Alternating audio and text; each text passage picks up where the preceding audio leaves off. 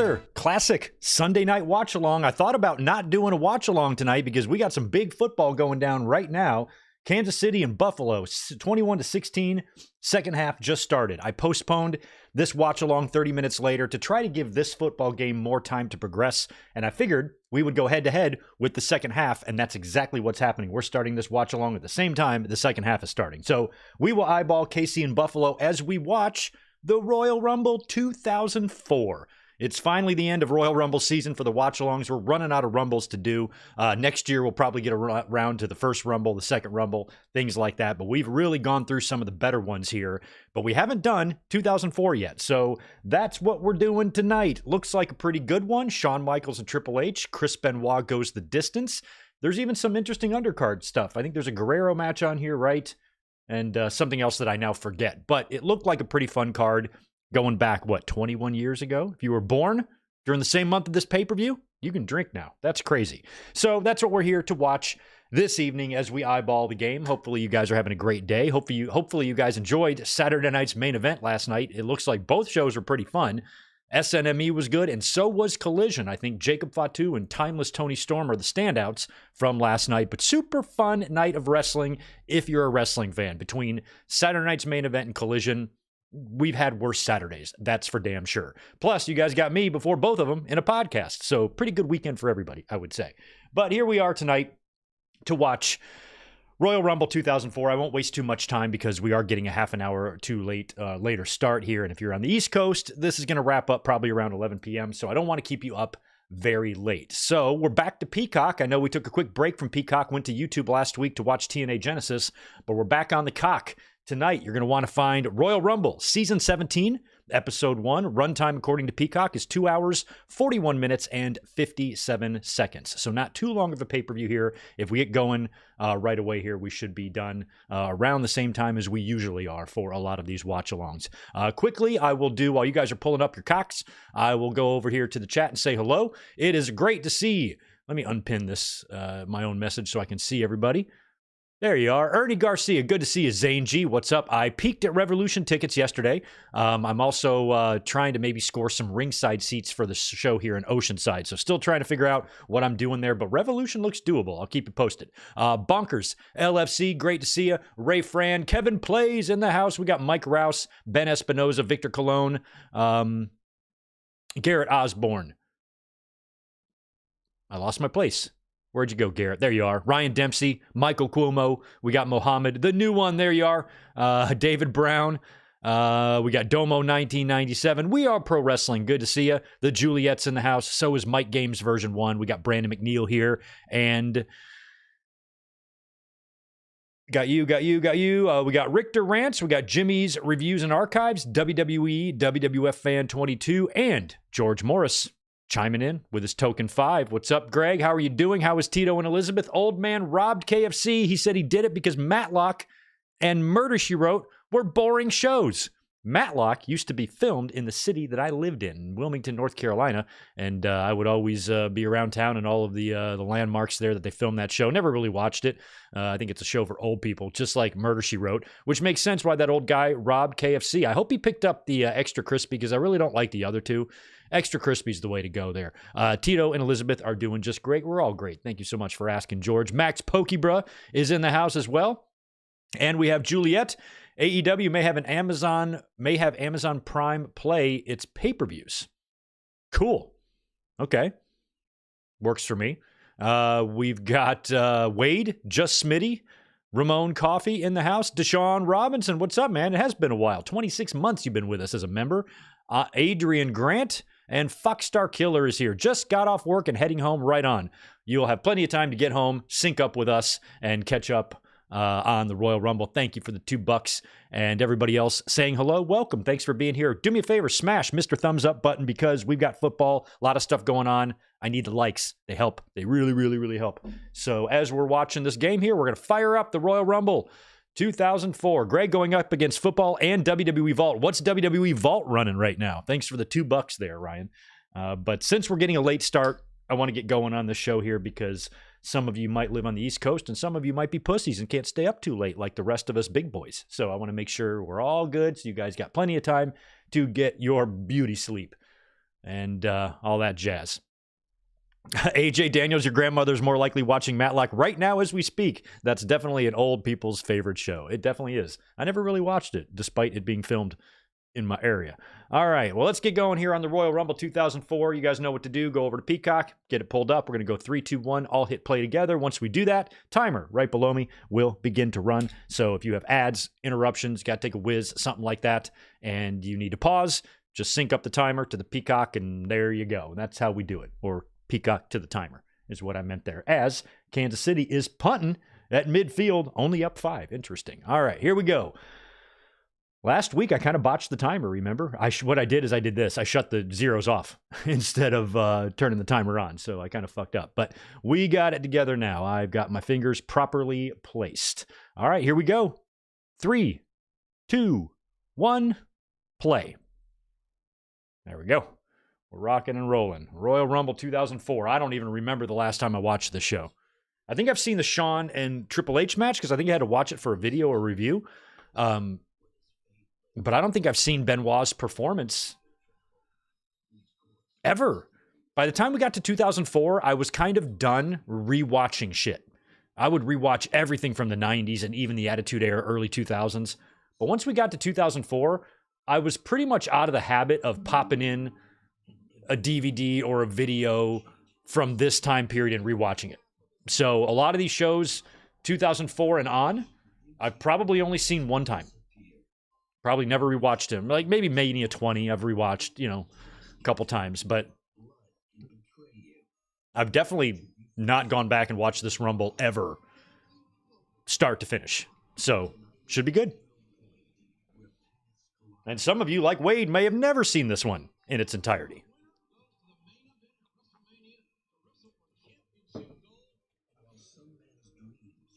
Yeah, Victor, we heard about that news this week about SiriusXM radio broadcasting some WWE stuff. Surprised it took this long, to be honest.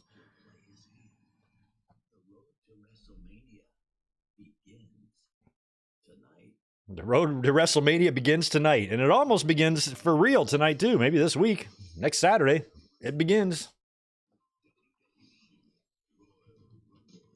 It's odd that John Cena is on the cover for this, despite, I don't even know what he does on the show, but he doesn't battle for the championship. That's Shawn and Triple H. Brock defends his belt too, and Benoit wins the Rumble. I don't know why Cena is on the cover. He wasn't even super over yet. He was getting there. I don't know what kind of music this is for the Rumble. I'm assuming it's the right stuff. Or the right music.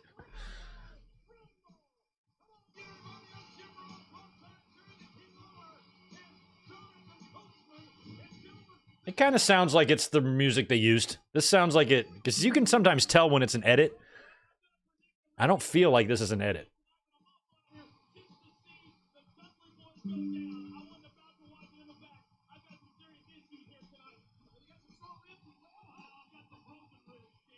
I think I've got every Royal Rumble on VHS up till 2002, and then no more Rumbles. And when it comes to my DVD collection, I never really collected pay-per-view DVDs. I was more about like the biographies and the special sets and things like that, so I never had any interest in getting the SummerSlam set. I have all those already. Hugo Siminovich. Carlos Cabrera. I like how Hugo's dressed up and Carlos is like, fuck it, I'll wear what I usually wear to the grocery store. All right, Dudley Boys up first. No idea who they're wrestling. 2004 Dudleys. We're about down to our final year or so with the Dudleys in WWE.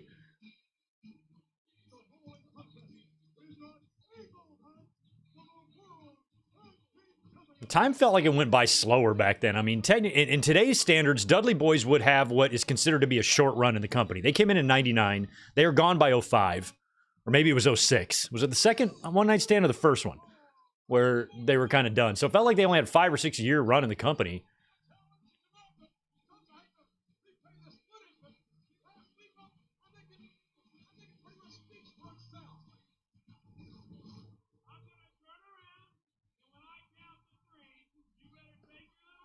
I mean, Chad Gable's had a longer run, you know, in the company than the Dudleys.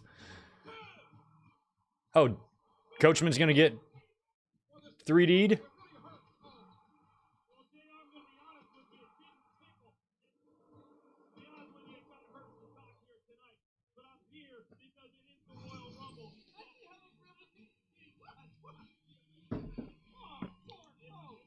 So we have this horrible three-man booth here with King, Ross, and Coach.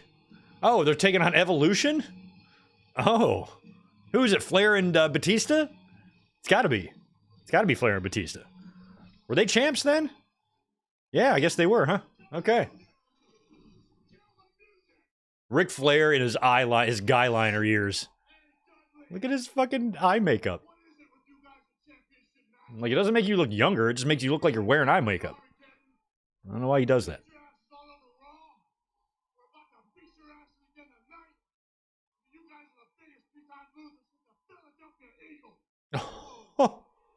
Interesting timing on the Philadelphia Eagles comment there. Is that where they are here? Are they Philly? They must be. I didn't catch where the venue was. It's got to be. I guess it's Philly.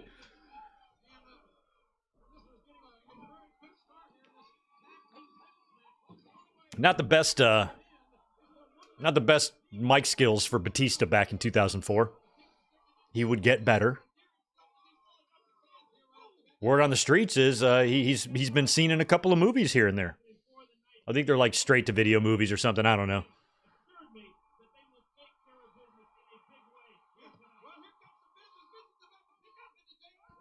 Yeah, the Wachovia Center. That's where WrestleMania 15 was. I've been in this building before. It was I think I went to it when it was the First Union Center. It was Wachovia, then First Union. Those are East Coast banks. I haven't heard of those banks in a while. We had Wachovias all over North Carolina. People would rename it Walk All Over You, because that's apparently what they did there. I never had a Wachovia account. Fuck Wachovia. Nice power slam by Devon. This is the Dudley Boys versus Flair and Batista. What a match.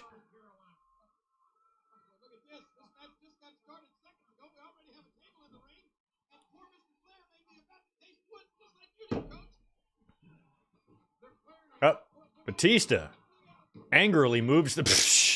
This fucking match. Hey, help me, because I've been talking, flapping my gums the whole time. Is this a tables match or something? Why is a table in the ring and there's no DQs? Is this a tornado? I need to pay attention. And stop yapping. I'm going to look it up right now myself. Okay, what do we got here? It is a... Oh, Jesus. Tables match. Okay. Thank you, JR. No pinfalls, disqualifications, just a tables match.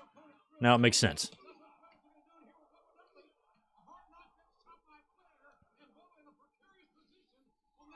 Rest in peace, Lemmy from Motorhead. Rest in peace, Colonel De Beers, who passed away today as well. A lot of magazine memories of that guy for me.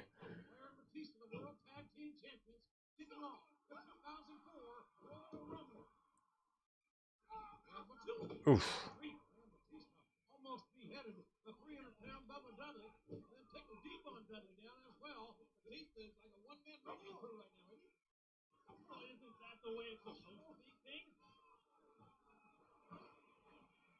What's up, Mike Witt?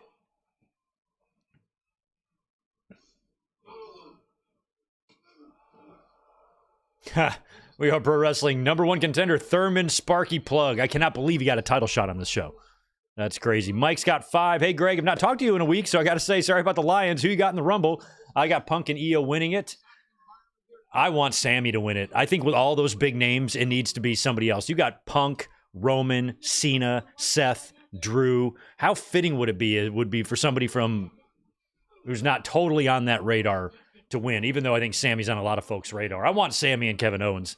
But predictions, the video we're going to be doing on Tuesday, the link is already up. It's going to be live, 6 Eastern, 3 Pacific, and I'll be here to predict the Royal Rumble because I got to give it some thought, man. But right now, I kind of like the idea of none of the big names winning it, having Sammy win it, and then maybe Punk win in the Chamber or something like that to get his title shot. And then maybe, you keep Roman out of the title picture. Maybe he faces Jacob Fatu or something.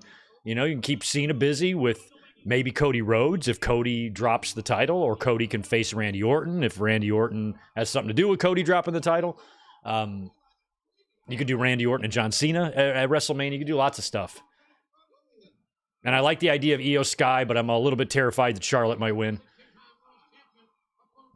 Because the only way for Charlotte's return to not be, to not be overshadowed by the other potential returns or surprises like Nikki Bella, like possibly Alexa Bliss or an AJ Lee or a Jordan Grace or a lot of other things we might see, they might have to have Charlotte win just so fans remember her.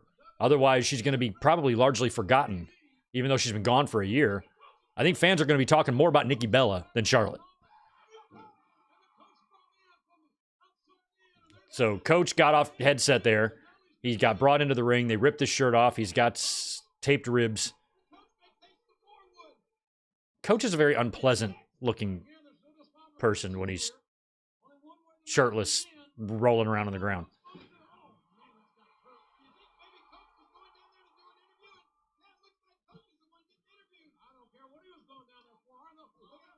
Ugh.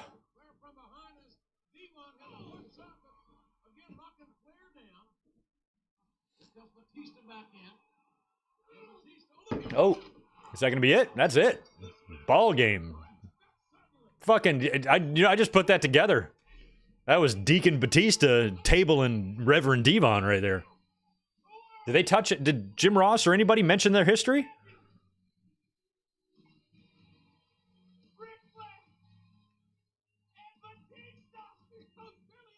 When was Deacon Batista? Was that like 02 or 03? Oh, wow. Did Buffalo just score here? They did. They've got the lead. Holy shit. I should text my sister. I'm rooting for Kansas City just for my sister because they're big KC fans over there. But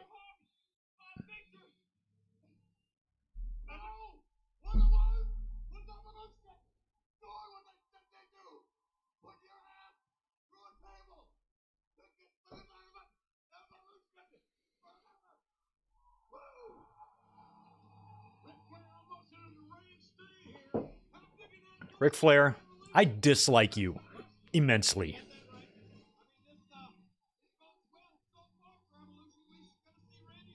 I really don't like anybody in that match except for Batista and Devon and Charles Robinson. I don't like Flair. I don't like Bubba. I don't like Coachman.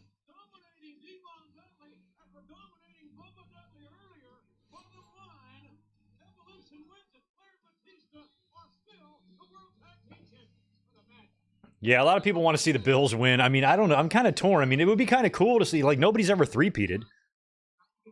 Look at these two.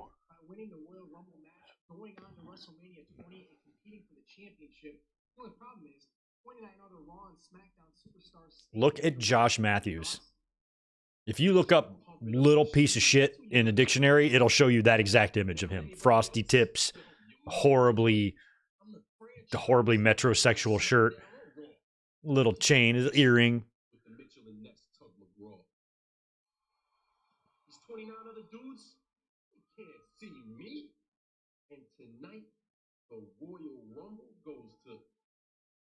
RVD.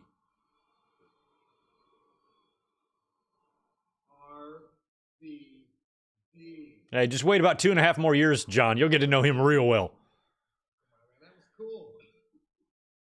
I like the old school Phillies gear.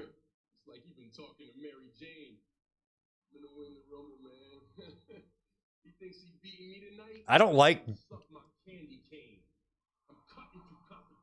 this John Cena. I don't like his voice, the way he has that sound to it. Yeah, I know. Word life. I was a complete reverse of every other fan with Cena. I didn't like Thugonomics, and I liked him when he became a star.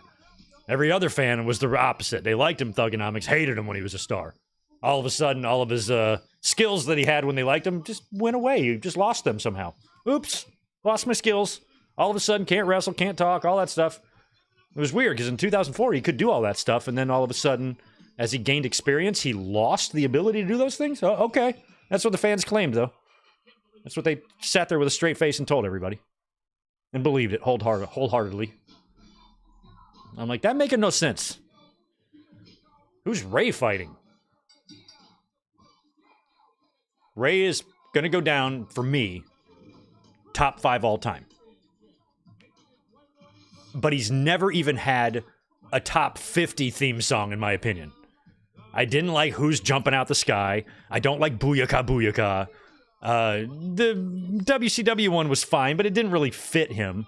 It was very slow. And I'm just never been a fan of Ray's theme music. Who's that jumping out the sky? Is he jumping out of the sky, though? Like, well, I guess he is. Yeah, he flies. I just don't get the song. Oh, my God. Well, Nydia's blind, but I forgot why. Was it arrogance? Did Rick Martel shoot her in the eyes with arrogance? Or did Jamie Noble shoot her in the eyes with something else? Look at she's going like that with the thing. Aiding his blind girlfriend to the ring. That is so crazy.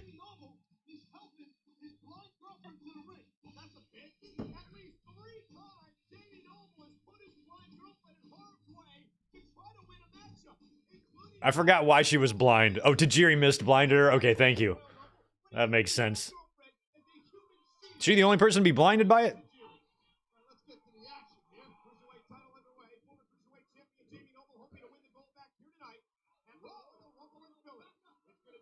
Jimmy Corderas has become an absolute insufferable personality online. Oh, fucking 30 years of referee experience in WWE, big time matches, WrestleManias. And he has the energy of a desperate for attention, basement dwelling podcaster in his early 20s, you know, desperate to be heard, desperate to have their opinions that are the same as everyone else's heard. He's got a complete stick up his ass about AEW. Yells at Dave Meltzer for being biased, yet you read his timeline and it reads just like a frustrated little boy. He's just one of them. I'm like, I get it. If I worked for WWE for 35 years, I'd probably be undyingly loyal to them too. But to claim that other people are biased when you clearly have a bias is so fucking funny. So I really dislike Jimmy Corderas. Not a pleasant personality online. The things that he does, he should be way above. Like, someone of his experience should be, like, way above this type of stuff. So I always laugh when, like, a grown-ass man is, like, engaging with these dorks online. Oh, you out of bounds, son. That's not going to count. I'm going to be very mad if Jamie Noble wins this match.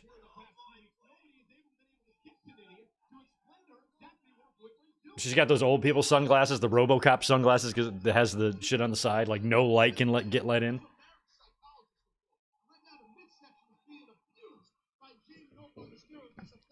One of my first restaurant jobs, we had a pretty big old person clientele.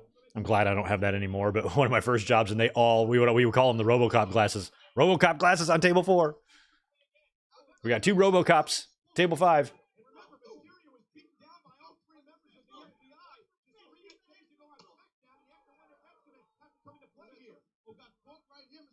Wow. God, Mysterio, I mean, Ray by this point was already into several knee surgeries and, you know, some other things that were slowing him down in his career, but he still seems like super peak and young Ray here. This is 21 years ago. He's still going.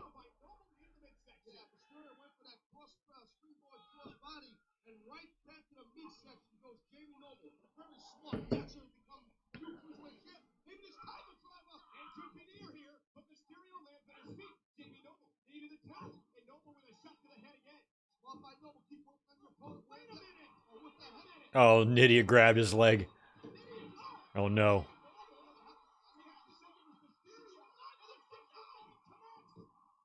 This is so whack. Nydia out there.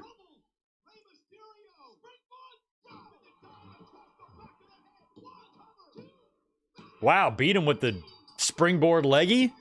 What is it? Drop a dime? Okay, whatever. It's a springboard leg drop to me. Well, that was easy. Does Nydia's not deaf, right? She understands what's happening here.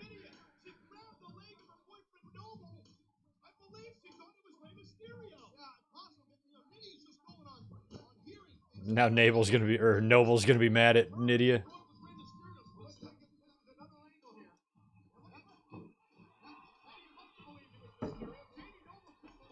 So stupid.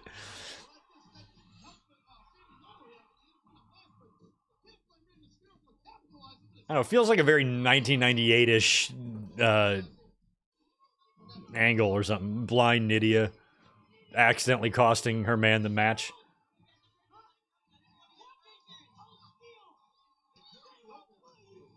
Jamie, if you really want to be like super trailer white trash, don't you need at least one or two like really, really horrible looking tattoos?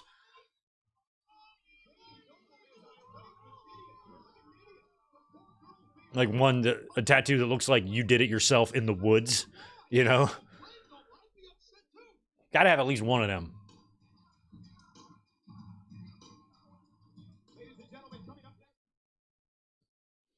You know, I'm secretly rooting for the Bills too. I really hope there's no way my sister's watching right now, but I am secretly kind of rooting for the Bills.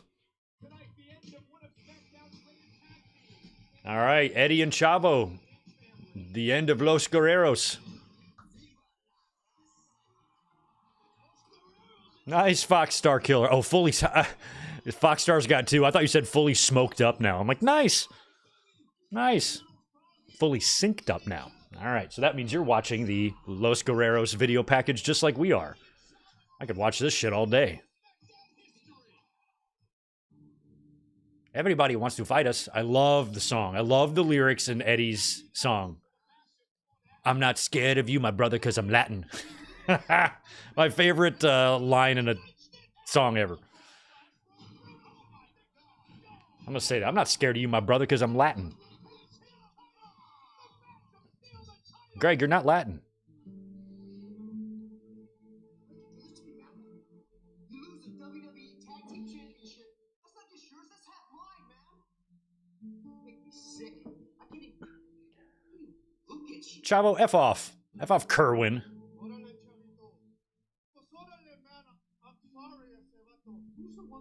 Yeah, Chetty and Avo, Chetty and Avo. Eddie and Chavo did have a feud in WCW, for sure. I remember when Chavo had Pepe. I can't remember who was heel in that. I don't remember, but they definitely did things in WCW, Eddie and Chavo. I remember Pepe. Wouldn't it be funny if, like, Pepe fucked Moppy and they had, like, a poppy? That's what they should have done. Now listen, Chavo. I know I said last week that it was Eddie's fault. But don't you think you crossed the line just a little bit when you slapped Eddie? I'm sick of you. Michael Johan, I'm kind of rooting for the Chiefs and the Bills. I kind of think three-peat would be cool.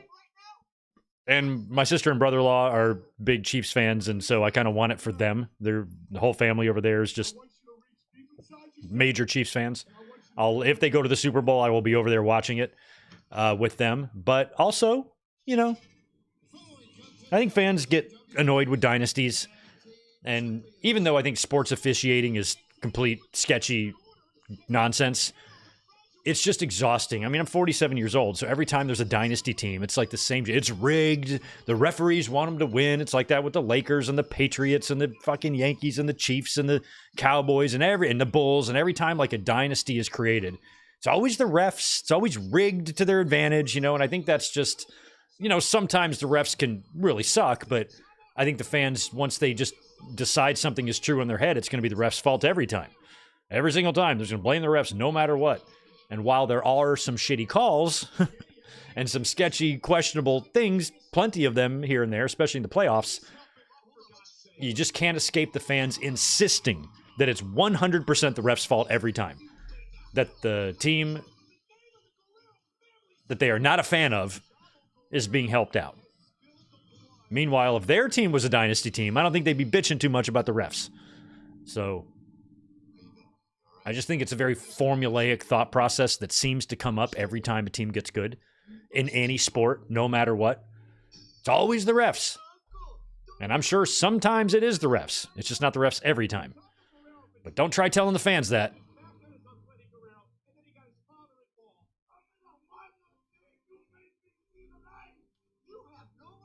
I remember this now. Like, I'm seeing this in the video package. I loved all that stuff with Chavo Classic there.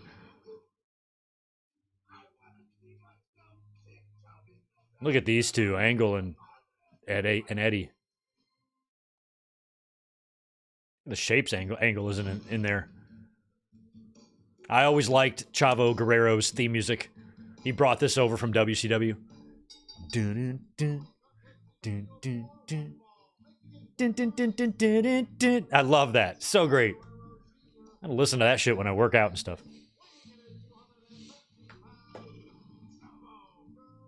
Man, AI's doing some crazy shit too. I have not ventured into any AI or AI art or anything like that, but like the images of like Patrick Mahomes like tongue kissing a referee, you know, and the things that AI can do now, it's like, God, what kind of world are we living in? I'm glad I'm not some famous celebrity and my face is being superimposed onto porn videos and shit, you know, like, ugh.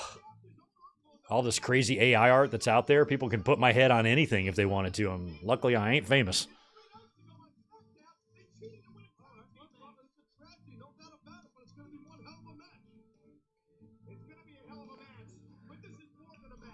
Anybody follow golf? We had the Farmers Open here in Torrey Pines this past weekend, and we had a bunch of golfers in the restaurant last night. I had Will Gordon and Taylor Pendrith sitting right next to each other. They tied for 7th. Both there having dinner with their friends and family.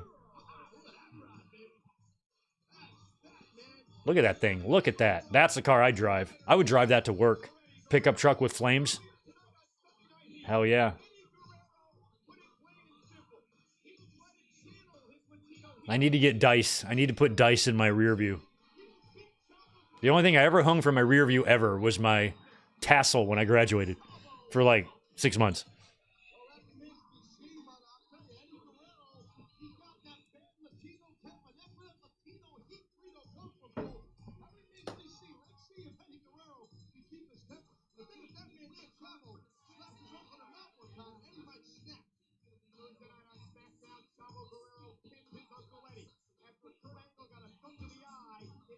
Less than 2 years we've got left of Eddie.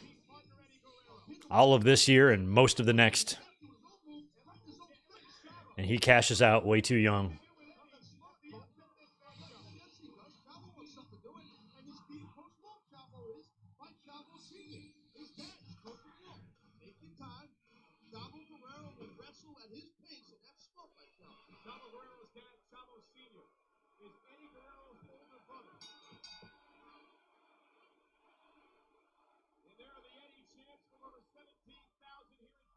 Eddie's got very short hair here. This is great.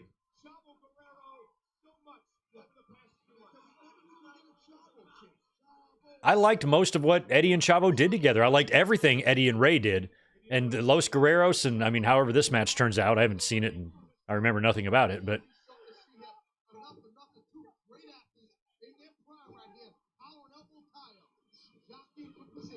I think it's a really interesting dynamic when you have families that have like nephews and uncles that are close in age, you know, because you always think of a nephew or a niece being small and little, but it doesn't always have to be that way, you know, depending on how the ages work out with the siblings and stuff. So, as Michael Cole literally almost repeats what I just said.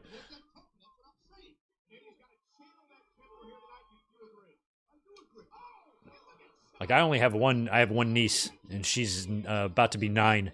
But like, I couldn't imagine if she was 40. That would be weird.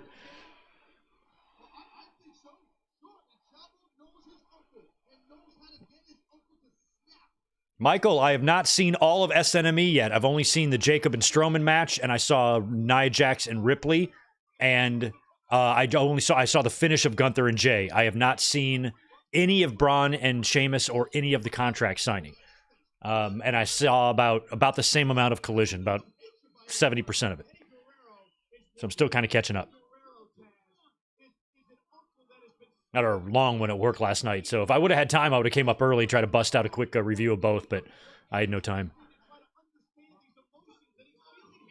God, these fucking Guerreros are just...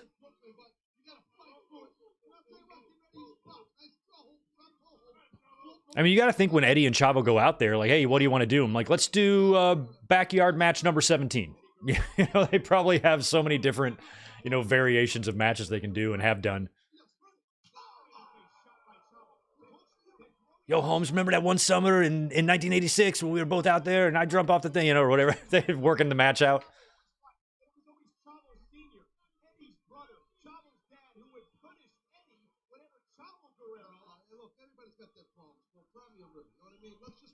Fox Star, appreciate the 10, man. I don't remember the full card from top to bottom, but I distinctly remember having, for the last man standing title match, Steve Austin versus Tribbiani from Friends.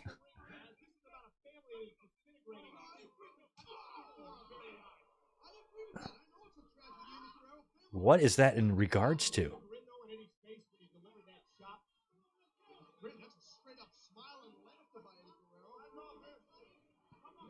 Well, that's an interesting match. Steve Austin versus Joey Tribbiani. I think Austin would win that. He'd probably hold his own against Tribbiani in the ass department, too. Stone Cold's a handsome devil. Most of us bald fellers are.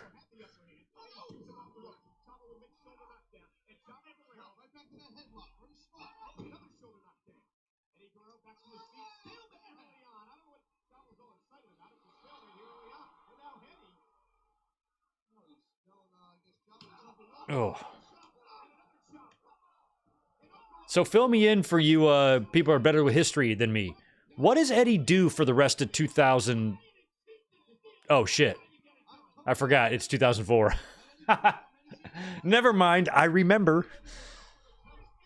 He wins the title. I'm thinking that he wins the title the next year, so I'm trying to think about what he's going to do for the rest of this year. I'm like, what the fuck does he do before he beats Brock? But Brock is next month, so sorry about that.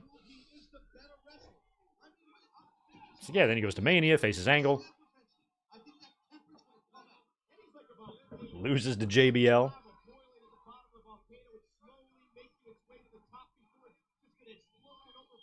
I watched this. I was living in a house with 2 roommates in Wilmington.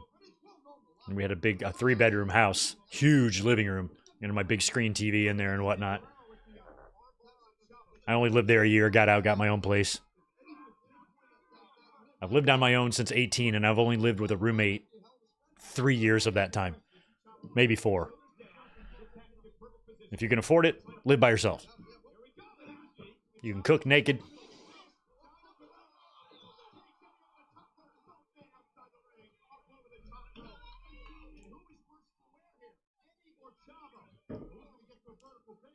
The landing was fine on that superplex. It's like they're very much like cats. Like when they take big spills, I trust a Guerrero to land properly and not just to concuss himself. Like Eddie seems to roll through everything. Chavo has a lot of that too. So does Hector. They're extremely light on their feet, those Guerreros. And I like those wrestlers that can float, you know? Billy Robinson, Ray Stevens, Guerreros, wrestlers that can kind of like just fluently dance and glide around the ring. Randy Orton's got a little bit of that. It's always like some of my favorite styles.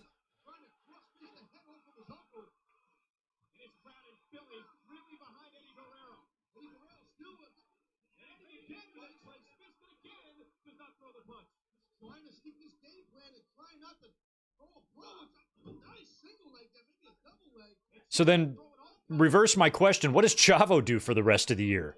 He does... I know he's got like a Mania match, right?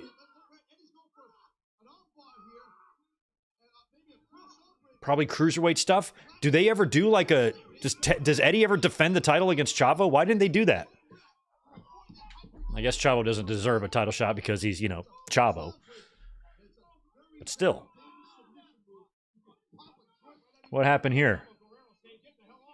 I'm trying to get a first down. I don't even know who has the ball on this. I just see a glob of players. Looks like that's Buffalo. Oh, no, it's Kansas City. Oh, it was Buffalo. It's Kansas City now. 1st and 10 on the 40. They've got the ball. 13 minutes left in the 4th. Yikes.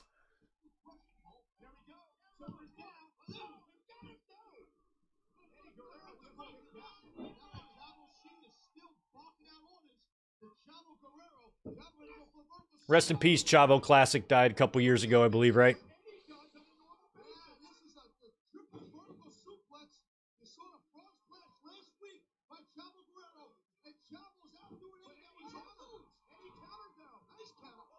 I think when it comes to the three amigos, other than Eddie, Chavo does him the best, which makes sense. He's a Guerrero. But people have tried it. A lot of people do some three amigos. A lot of the women do it. But I think it's Eddie's one, Chavo's two. There's Eddie going.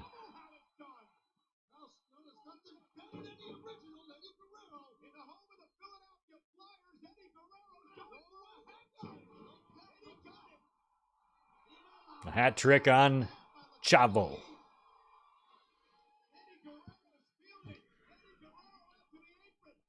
Stephanie was off TV. She was probably pregnant.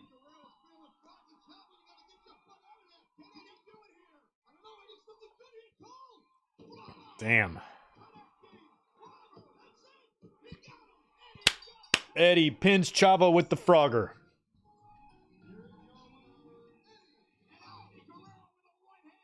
Oh, I was like, who is that? It's Chavo.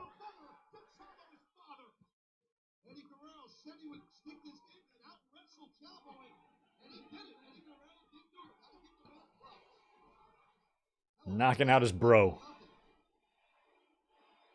Eddie, Michael Johan. Eddie went into the Hall of Fame 4 months after he died. He was in there immediately. He went in 2006. So he's going on 19 years in the Hall of Fame this year. Might have been a little bit rushed. They could have waited a year, but Eddie's death cut deep. And I think WWE putting Eddie in the Hall of Fame was a way for them to cope, for their talent to cope, for their staff there that knew Eddie, or especially the people on the road that were friends with him and stuff.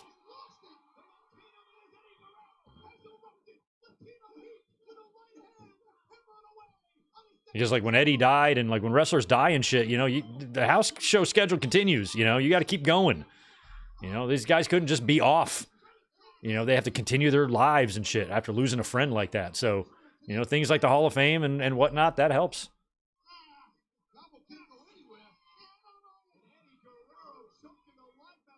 He has got Chavo's tie tied to the rope.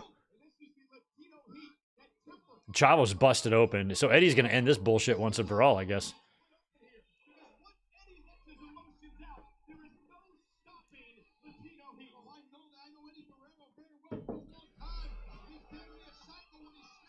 This is the tale that we've heard like wrestlers tell before about there's two Eddies. There's a little Eddie and a big Eddie. Like if Eddie's in the locker room sitting down, eating a cheeseburger, he's just a little and tiny guy. But if he's pissed, he is swolled up and big and, a fucking monster who you want to steer clear of. Two Eddies.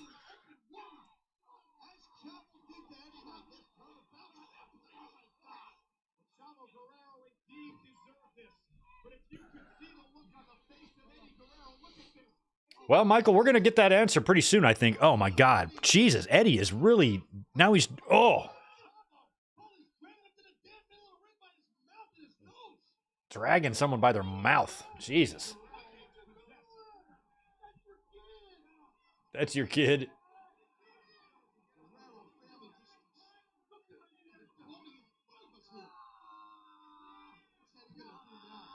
This almost makes Eddie look heelish. It's kind of... Ugh. This is violent. I don't remember the Guerreros being this violent with each other.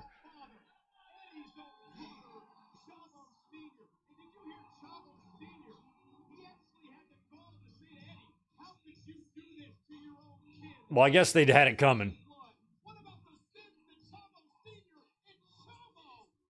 Yeah, they committed sins, so they had to pay for those sins. There've been some sinners.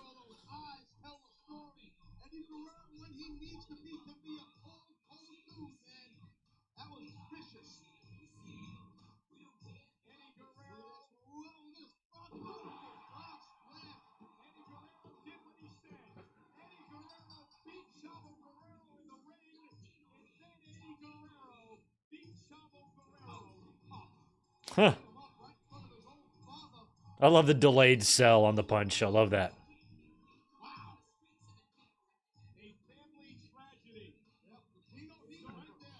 Yeah, new one. I think the point here is I was kind of talking during the video package, but they did some pretty dastardly things leading up to this, so I think Eddie was very justified in his violence there. Josh, how am I supposed to concentrate when you're wearing that? Look at him. The fuck are you wearing? Oh, God. Let me get a look at that champagne, you idiots, because you guys always buy shit. What is that? Nah. I can't read the brand, but it's not good. If it was good, I'd recognize it. Oh, my God. It's got a plastic... Okay, so that bullshit they have in their hands right now, that's going to be about $6.99 at your local 7-Eleven or your local grocery store.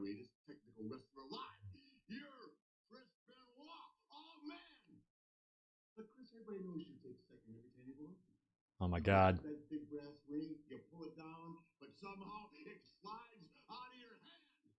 It's not about you. It's about evolution. It's about the greatest tag team. About the greatest Intercontinental Champion. Flair. Shut up. It's about us. It's a good time. Have a drink, brother. Come on, man. You idiot. You can't shake that, you moron. God, how fucking stupid are you? God, Flair's a dumbass. They're drinking the cheapest ass grocery store, gas station, sparkling wine, limousine riding, jet flying, piss drinking. My God. I'm insulted that WWE just assumes that all wrestling fans aren't going to be able to spot good champagne versus bad champagne. I sure as shit can. It is 29-22. Chiefs back in the lead.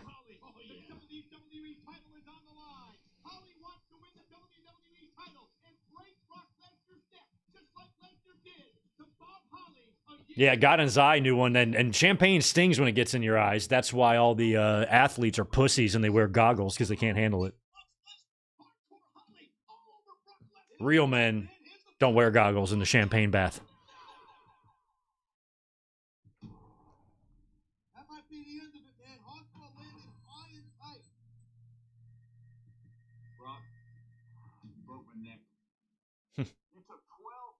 I love that Bob Holly, the only reason he got a title shot is because he got his neck broke by the champ.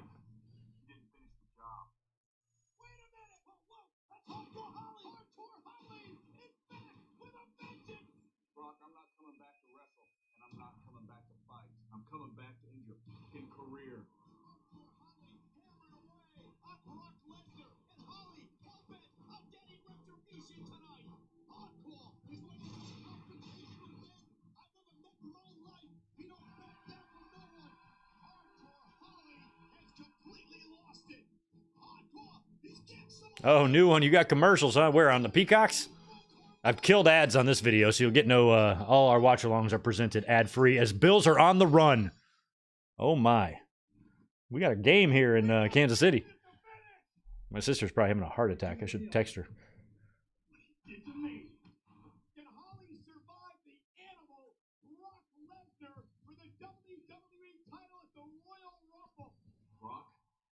Daniel, does Flair always have to yell? Yeah, he does. He's such a piece of shit. I cannot stand Ric Flair. What a fucking asshole. Him and Hogan both. I'm like, how the hell is Owen Hart dead and these two pieces of shit are still here? What a world.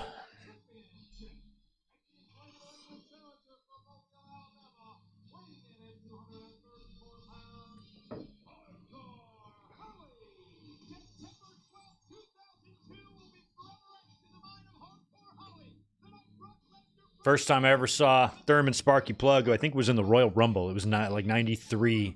He had just come in, and I'm like, who is he? I had not seen him in a TV match yet, so I don't know if that was his debut. It was just the first time I saw him. I'm like, who the hell is Thurman Sparky Plug? And then he was Bob Sparkplug Holly. What's a Sparky Plug? I'm like, God damn, WWE.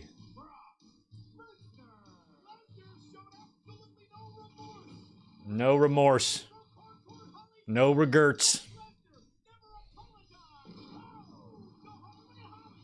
And so I'm wondering, Has he informed WWE yet? Probably not, right? Has he told WWE he wants to go play football? He's probably about to tell them, like in the next literal several days here.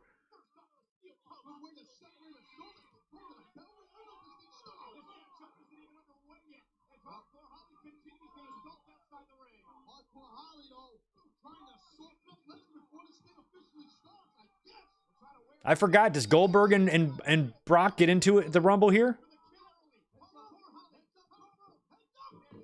Does Brock have something to do with Goldberg's Rumble elimination? And then Goldberg gets revenge in the Eddie matches. Do I have that right?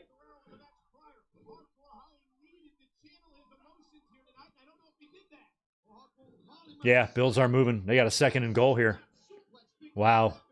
They're going to tie the game with an extra point, take the lead with a 2-pointer, but they're going to definitely tie. Shoot my sister a quick text.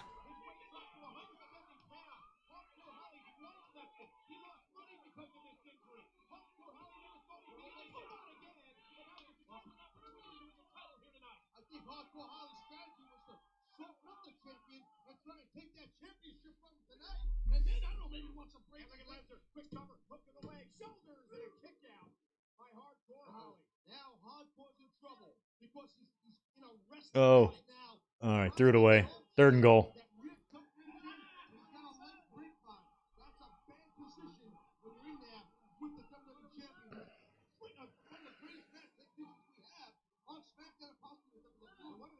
I believe Crash Holly died in 03. I think. I was at one of those Raws.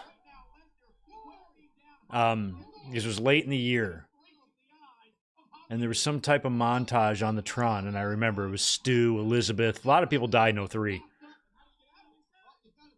And Holly was up there. I'm pretty sure it was Holly, too.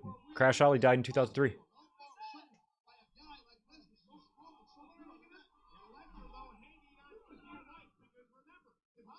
All right, still 3rd and goal, timeout here.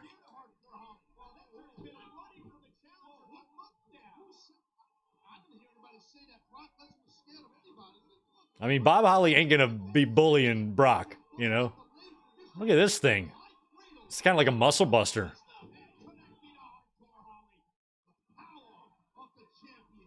Like, for as much as a bully Bob was, I would have loved to see him try some shit with Brock. Or Angle, for that matter.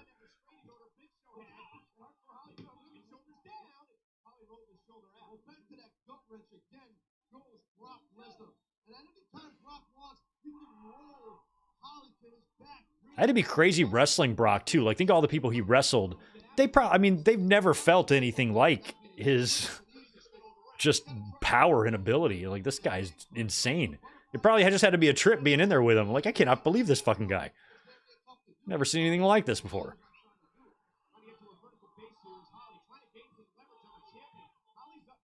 Oh, did they get in? Was that a score?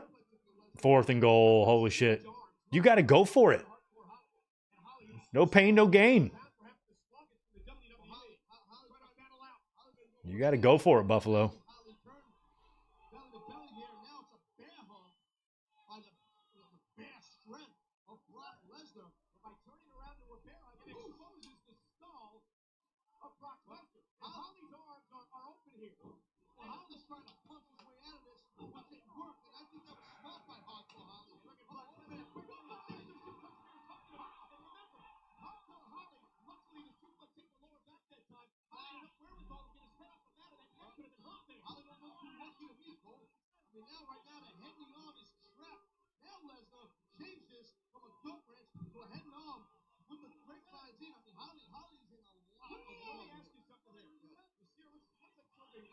Oh, shit, I missed it. Oh, no. Oh, no. They better kick that extra point. Don't get that shit blocked. There's plenty of time left, though. You got time. Both teams can have the ball twice.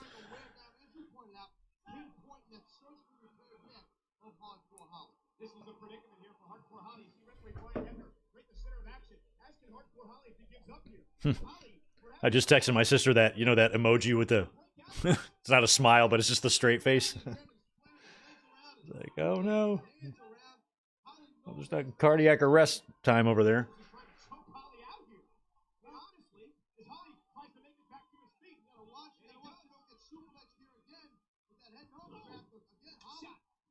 Hmm.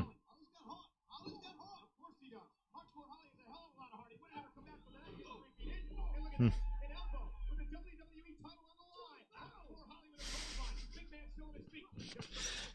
She responded, "If you're rooting for the Bills, I'm going to kick your ass." I just said, "I'm not. I'm not. Don't worry. Don't want my ass kicked."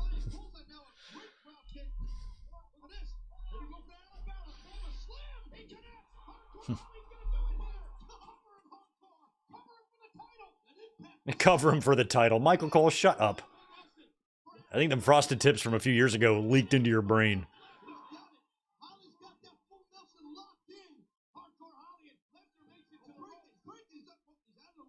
Oh, look it. Oh, my God. Oh, that was a bump. That had to hurt. That had to hurt so bad.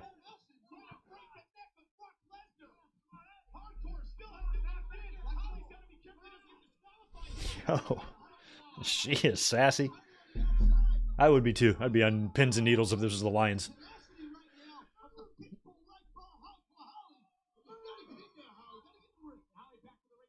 I'm going to go grab another 805.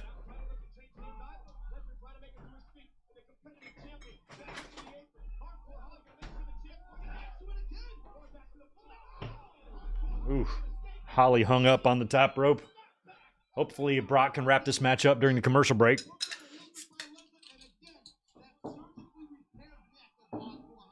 This is probably going to be Shawn and Triple H next, most likely, right?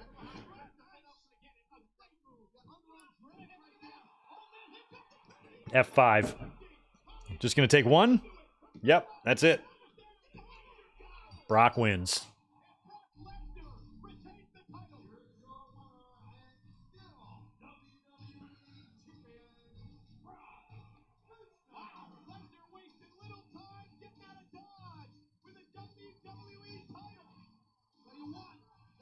Has he held the belt since, like him and Angle traded it a bunch, right?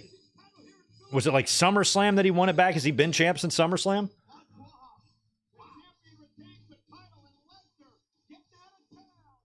Lesnar getting out of town. Triple H getting ready for the last man standing match for the heavyweight championship of the world. Triple H testing his tape fist punching power. There's Shawn Michaels say he's praying to the baby Jesus.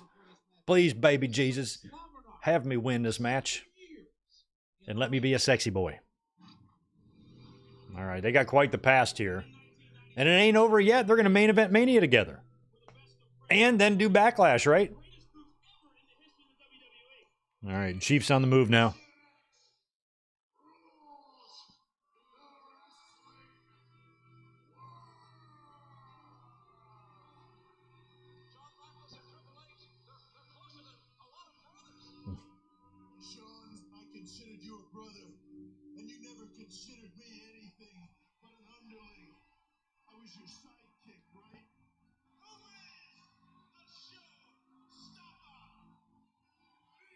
Oh, Chiefs are moving. Chiefs are moving.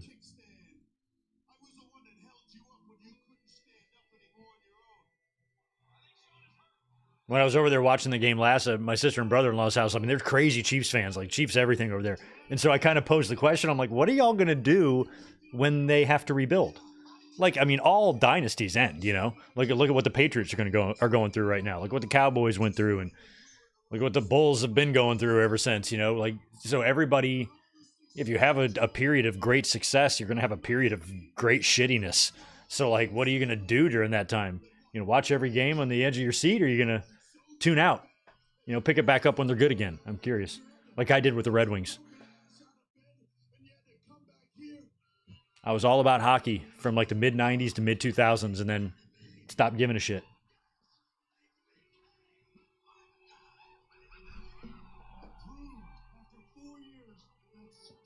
Now, from what I remember, this is a great match. I don't know where it ranks in the saga of Shawn and Hunter matches, but it's got to be up there.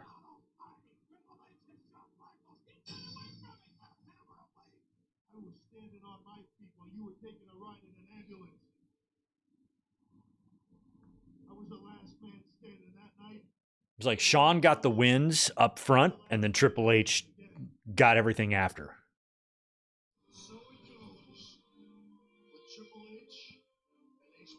Triple H was the one winning the titles, not Shawn, despite Shawn winning those early encounters there.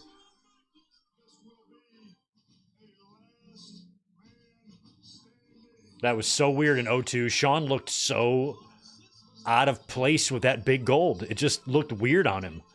I had a hard time wrapping my head around it.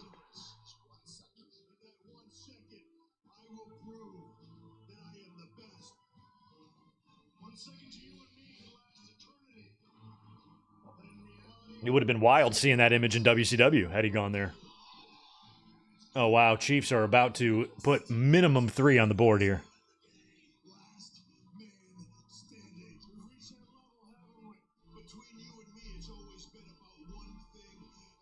What the Bills need to do is hold them to a field goal and then drive at the end of the game and score and win. No overtime. I'm trying to watch a pay-per-view here. All right. Good to see you, Fink.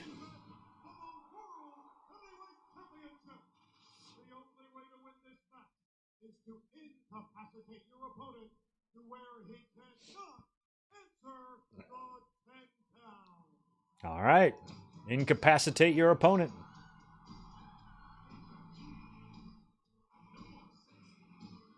Here comes the sexy boy.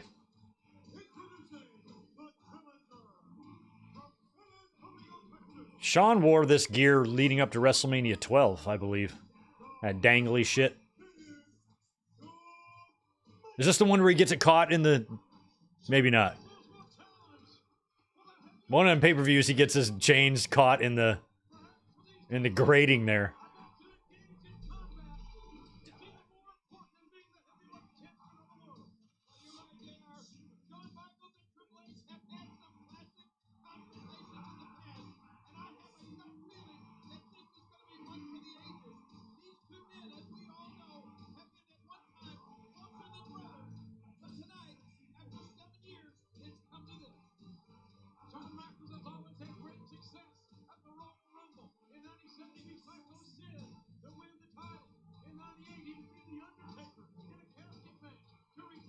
That's true. Shawn had a run of great Rumbles there, you know? He won it in 95 and 96. And then in 97, he won the title. In 98, he successfully defended the title, beating The Undertaker. So he had a string of 4 good ones there before he retired. And this is his first one. Or I guess last year would have been his first back.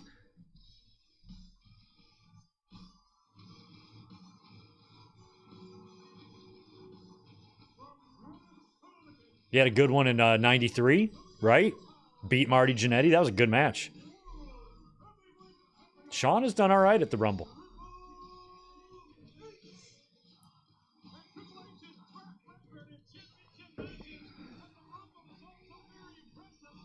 Bills hold. Yeah, they're kicking a field goal here. And right down the damn middle.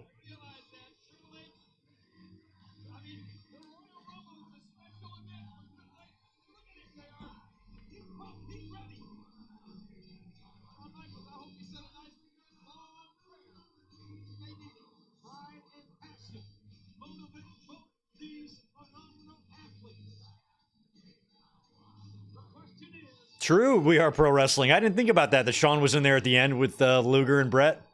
So yeah, I guess he would have been the runner-up in 94, then won the next 2 previous years, and then had 2 successful title matches the 2 years after that. Not a bad run. Be crazy to break down those stats, like, you know, who's had the best SummerSlams, who's had the best, you know, or the most consecutive wins, or shit like that, you know? Like, we know Shawn's Mr. WrestleMania, Brett's Mr. SummerSlam, and whatever, but who's truly had, you know, the best Rumbles, the best SummerSlams, the best Survivor Series? Who's randomly gone undefeated at one show and we haven't noticed it?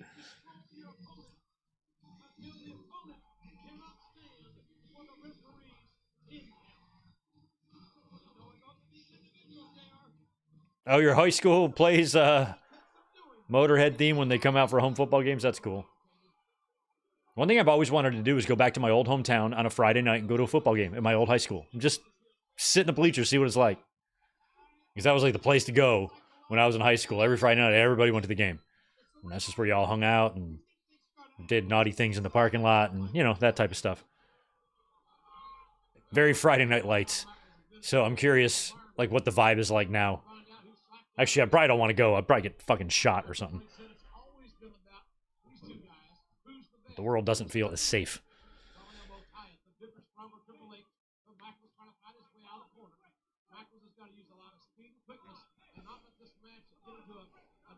Look at how big, like, Triple H was always, you know, bigger than Shawn, but he just looks like twice the size of him here.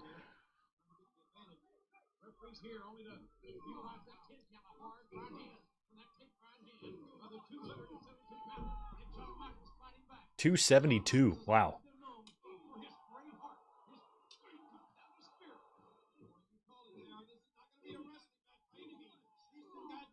Yeah.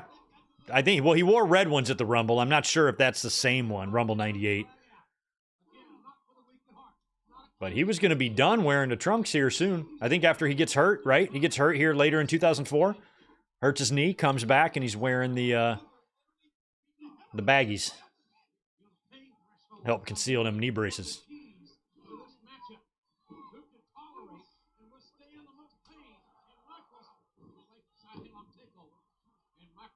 Can't believe the 4 years we lost with Shawn. If you're not going to bridge out, you are going to bridge out of that. Jesus.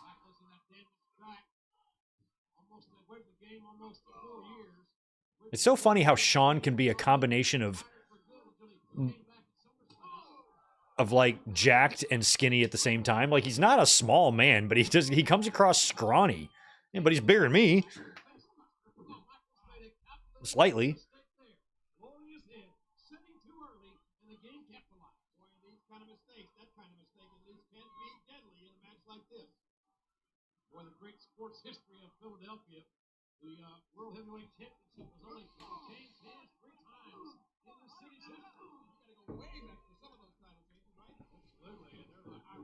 Oof. I used to love the WWF early 80s shit from the Spectrum. It was the only time WWE really had stuff on the mat was when they were at the Spectrum show. They had the big Spectrum logo on the ring mat. And so those matches kind of stick out. Boston Garden sticks out too.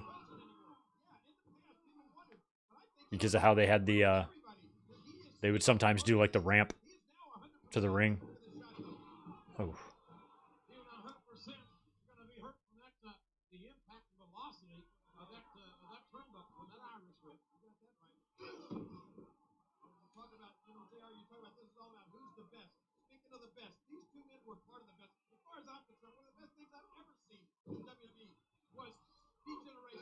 Hmm.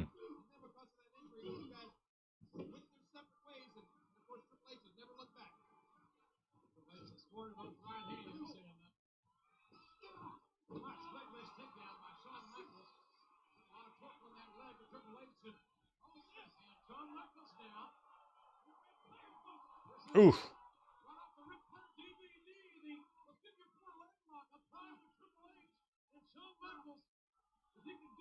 I forgot what it was, that Ric Flair DVD that came out. There was some sort of controversy with it. I'm trying to remember.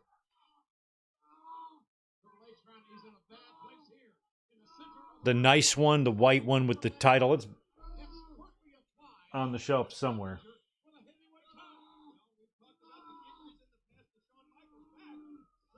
I can't see it. It's back there somewhere. But I can't remember. It was either hard to get or it was like defective or something. I don't remember the story.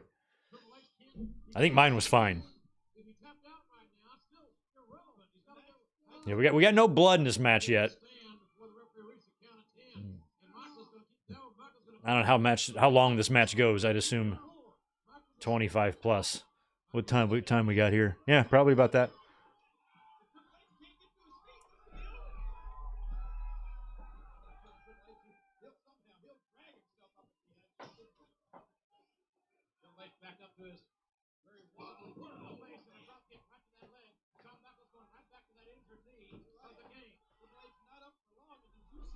This one. Yeah. See this? It tears. It like the casing tore the DVD like it was taped to it. That might have been what I'm remembering. It's a good looking DVD though. This thing is fucking brand new. I only opened this once to rip it to my hard drive. It's never been put in a DVD player. Fucking mint condition. Should send it off to get graded, except for that shit. Maybe that's what I'm trying to remember. Because that probably came out around this year. 2000. Doesn't say. 10 hours, though. Jesus.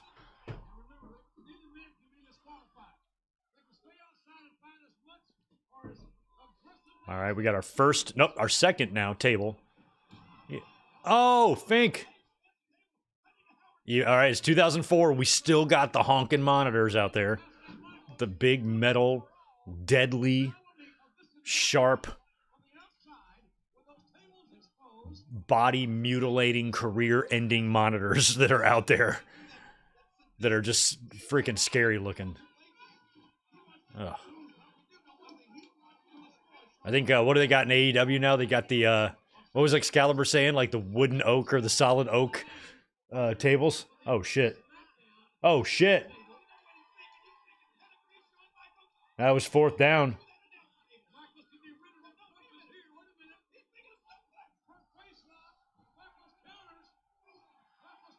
It was going through it here. Super kick. Super kick through the table. Kick him, Sean. Oh, there's a flag there? On who?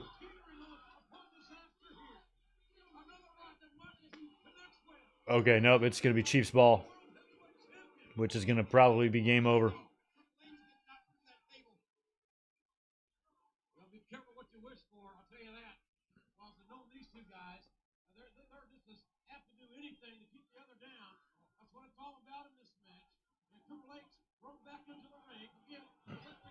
Well, for people who hate the Chiefs, maybe Philly will fuck them up.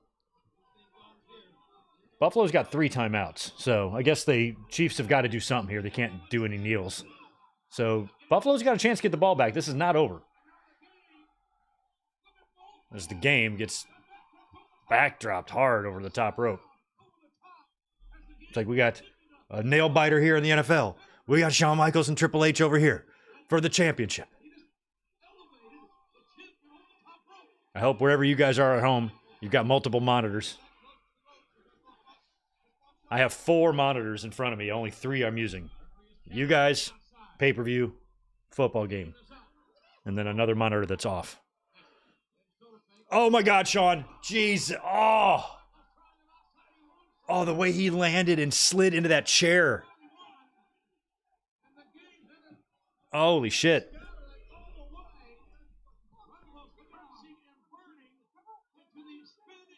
Oh yeah, I didn't put that together.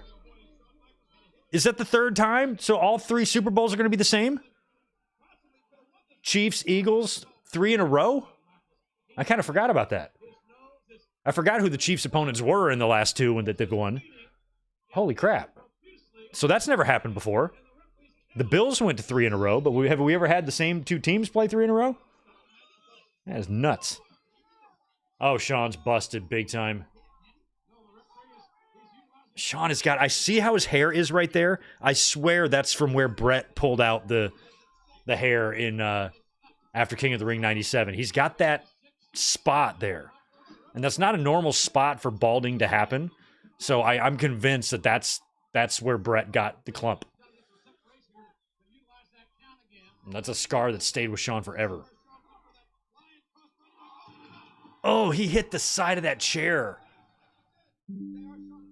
Ugh.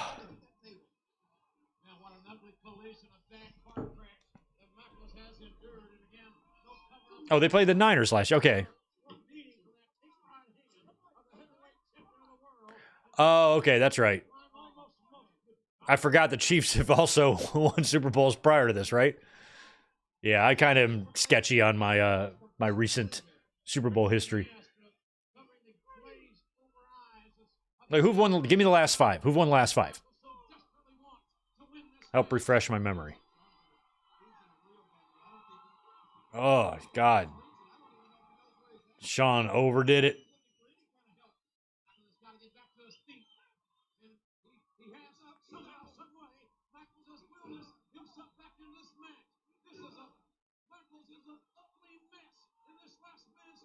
God, Sean with the blood. You know what was great to see is Braun Strowman bleeding on NBC.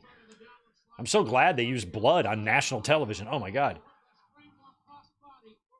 Everything is so sanitized on those type of shows. I'm glad that WWE's like, yeah, fuck it, let's blade.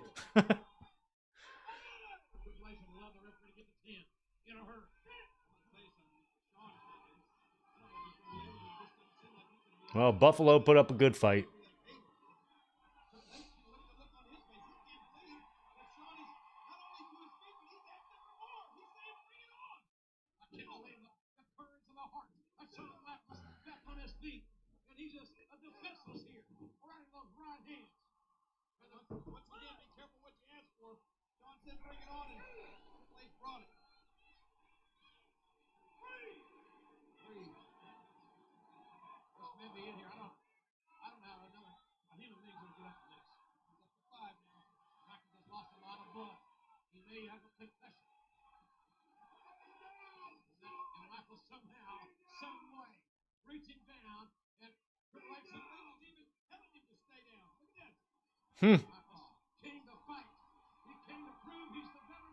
God, it's really disturbing when it's just, you can see it just pouring off the chin and shit.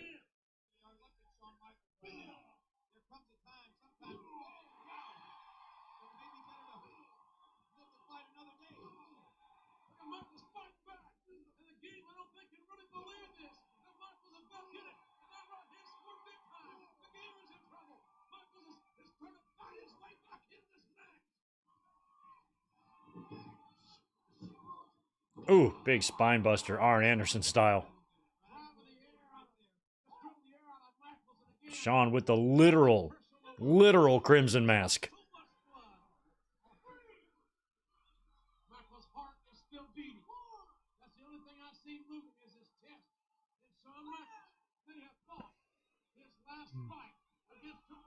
Yeah, this game is going to be officially done here. As these fucking Chiefs go back again to the Super Bowl. Pissing off fans to no end. Same thing with LeBron. The referees give him everything. They just hate it.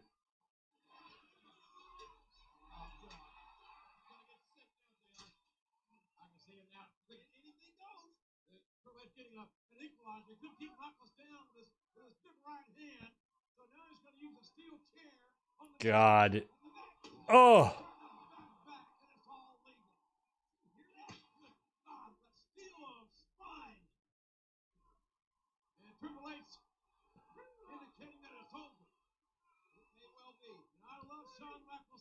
Feels like it's over. I don't know how Sean recovers from this, much less battles back here.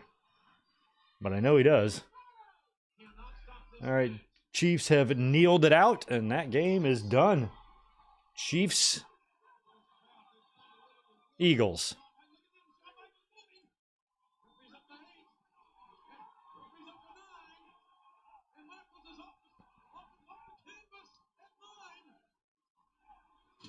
Chiefs in 20, that's right. Bucks, I forgot about the Bucks. I forgot about that.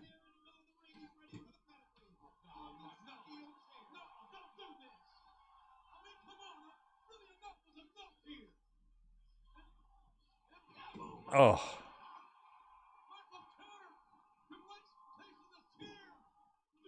Oh, it's kind of hard to slingshot Triple H. That move's tough.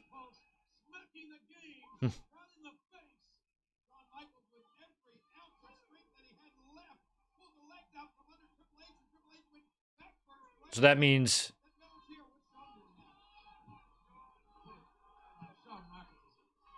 what years did Chiefs and Eagles play then, if this is the third one? Is it round 2 or round 3? Oh, God.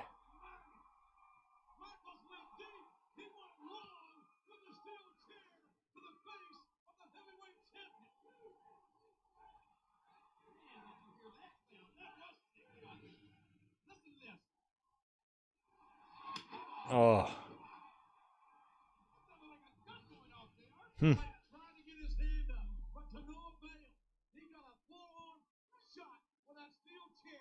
Hmm.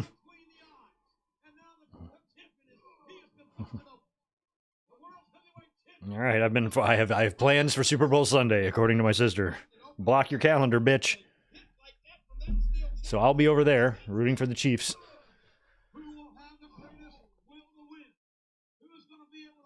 Because if I root for the Eagles, I will be murdered.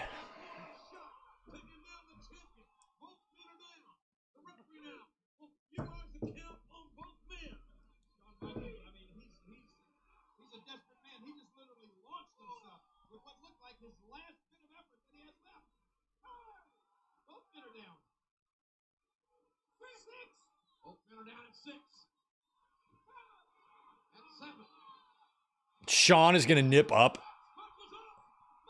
after near death.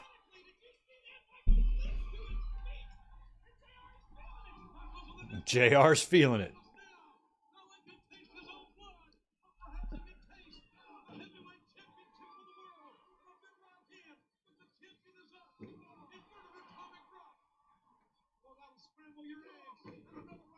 That'll scramble your eggs.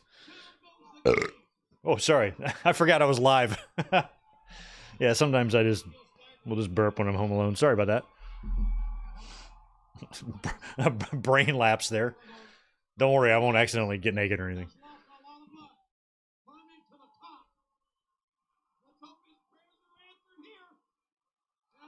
Jesus, that was a pretty bloody elbow.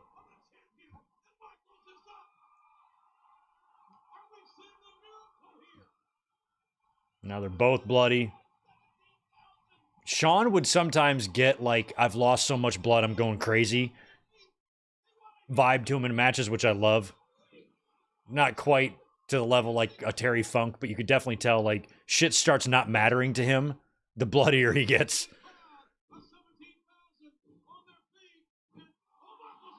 Oh.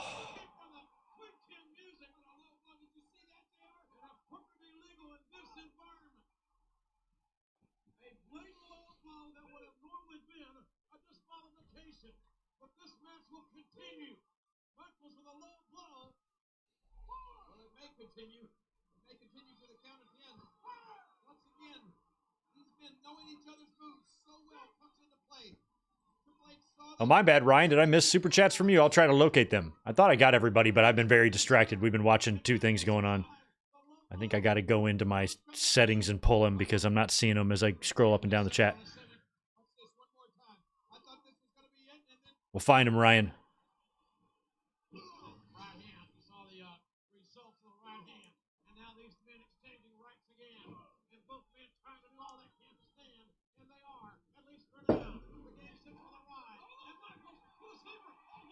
Oh, the blood.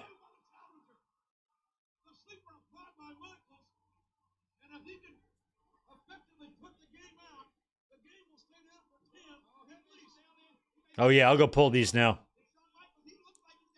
While this extremely bloody sleeper hold is being applied by Shawn Michaels. My God.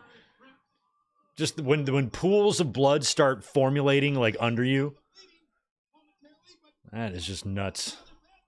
All right, I'm just taking the long way to get to him. I'm going here to my settings where all my supers are listed. Oh, shit, yes, I missed a bunch.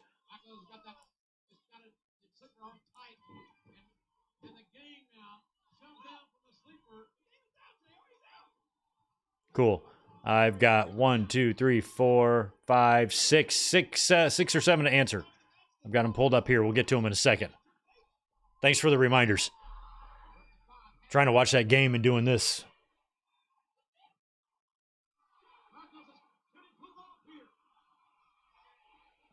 Triple H will make it up.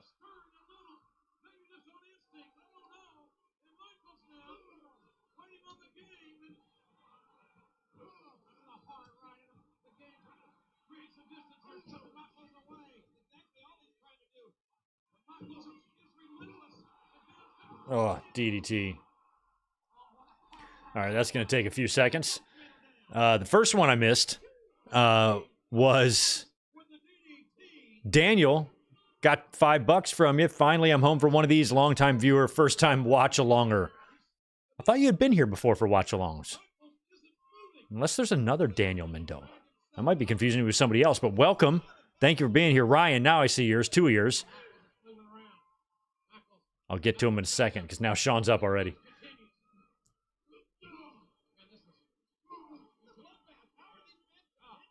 Ooh, I wasn't aware of that early start for the Rumble next week.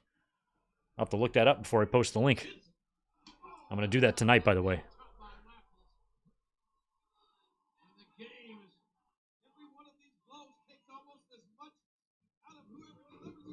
Ugh. Sean loves that one.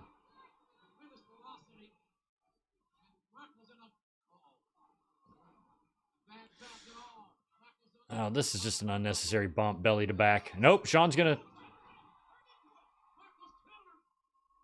But Ryan was reminding me about the early start time on the Royal Rumble, wondering if Kevin Owens should main event with Cody. If the title changes, yeah. Hell yeah. That's why I think it's my prediction that Kevin Owens should win might not be right, because it's going to be weird for that match to main event. I think the Rumble's probably going to main event.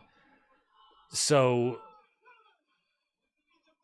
it's unlikely, but if they're going to do a title change, yes, I would absolutely have that match main event. I mean, they did it right with Roman and whoever when they had that big post-match angle at the Rumble, right? A couple years ago. So, yeah. Oh, pedigree.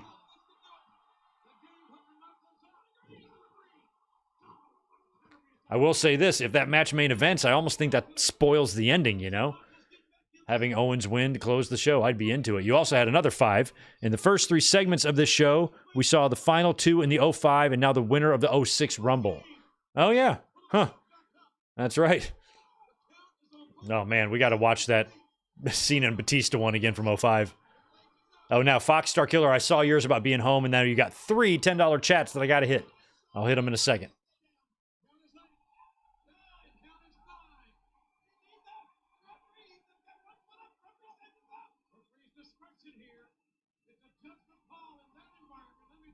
Oh, that is the finish, I think. I remember that.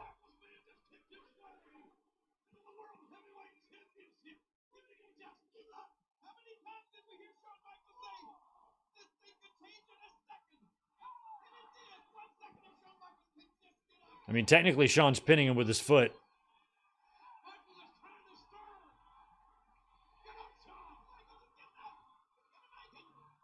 Oh, Sean. Oh.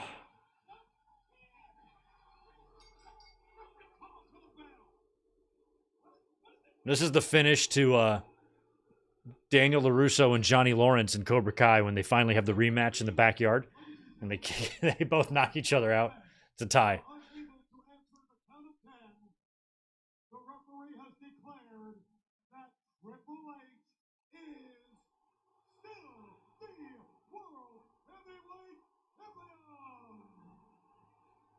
Boo. Boo, Reign of Terror. Both men are down.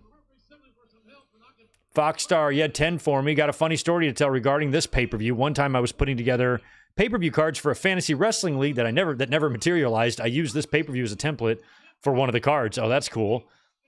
Yeah, I never did any fantasy league stuff. I think I got on a forum or two when I was like, back in the mid-2000s trying to chatter about wrestling here or there, but I wasn't too much into anything like that. 10 more from you. I don't remember the full card from top to bottom, but I distinctly... Oh, yeah, that one I got. That one I got. Oh, I see. Oh, now that has better context. See, Foxstar, that's that one about Austin versus Tribbiani. I'm like, what is that even... I don't even know what that meant. I just thought you was crazy. But no, it's because of that fantasy wrestling league. Now I understand. Now that makes your last $10 super chat make more sense. Austin was a heel. Joey was a face and champion, a pseudo recreation of Rock and Mankind from January, February 99, and the Rumble match had Rock going the distance. Well, if there was any way to put that together, like if AI could create a universe where that exists, I'd watch it. Hell yeah. Well, that makes a lot of sense now. I had no idea what I was even reading. I'm like, what am I missing here about Steve Austin versus Joey in a How You Doing match? Now I understand.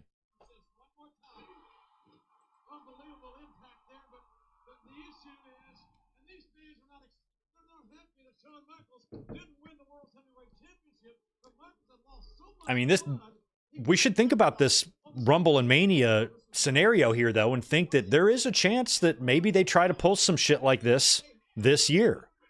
You know, Shawn didn't win the Royal Rumble, but yet Shawn got the title match in the main event of WrestleMania. He was added to it as a triple threat match. So maybe they can figure out a way to do something similar, because with these Rumble and Chamber WrestleMania spot stipulations that exist in WWE, it makes it really hard to book triple threat title matches now that you have these stipulations already kind of set in for Rumble and Chamber. So you're going to have to create some sort of situation where you can add that person to the match. Oh, Shawn wants to jump off the gurney. You already got your blood on it now. Oh.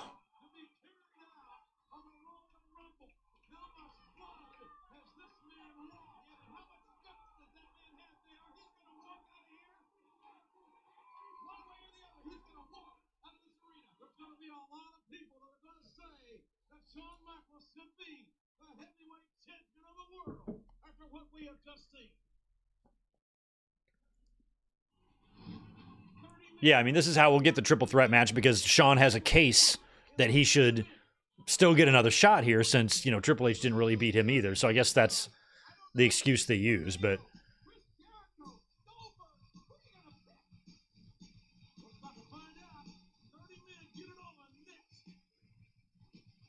this is kind of a weak-ass looking field. I see Rico in there. Yeah, Rico's going to win.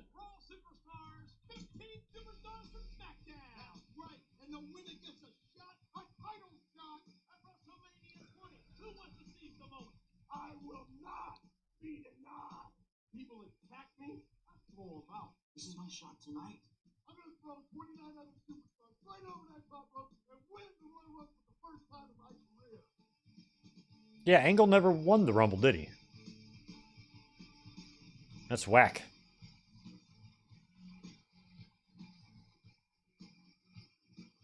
Matt Morgan. I always liked Matt Morgan. I remember when I first saw him, I'm like, good God. That guy's going to be a star. Like, you know what? How we look at Obafemi now? Like, that's kind of what I thought Matt Morgan would be, but never panned out for the blueprint.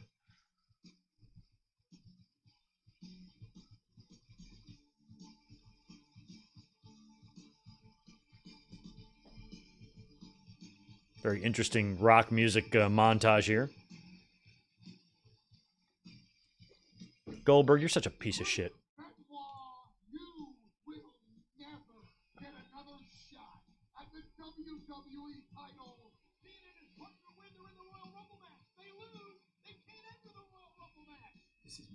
Help me out with the football. Have the Chiefs and Eagles had any regular season run-ins they play this year, last year, anything like that?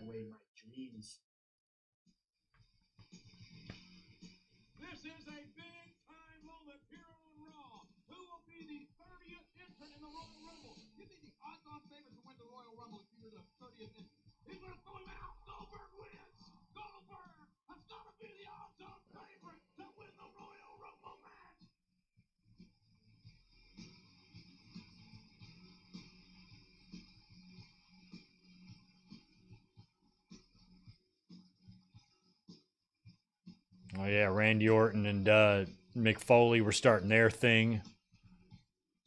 I mean, I guess there's some decent talent in there. I mean, Booker, Benoit, Jericho, RVD, Angle.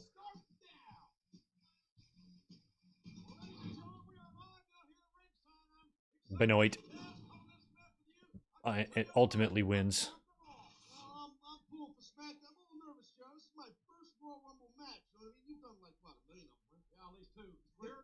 At least two.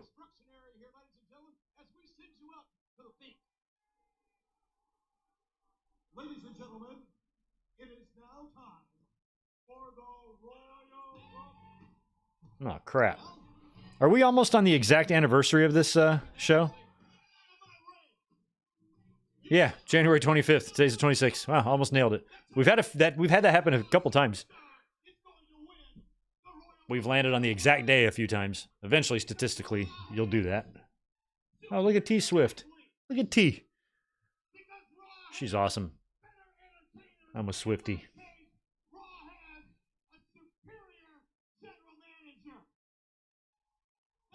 Oh, Bischoff. Look at that blood-stained ring.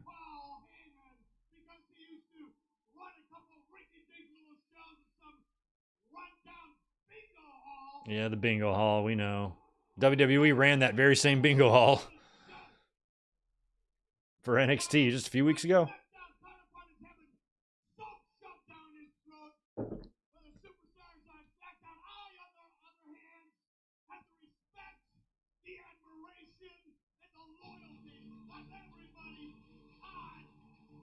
Is this Paul Heyman? They should play the ECW music for Heyman. That awesome theme.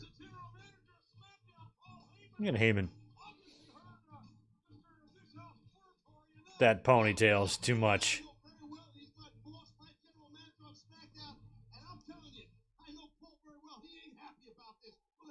Heyman is approaching Percy Pringle level largeness right now. I'm worried about his health. He looked very large on the last SmackDown. It's like, Heyman, we want you to be alive and healthy for many years to come, please, because you're the best and you're awesome. So please get healthy.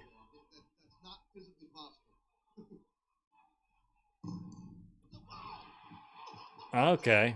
We got a full-blown brawl.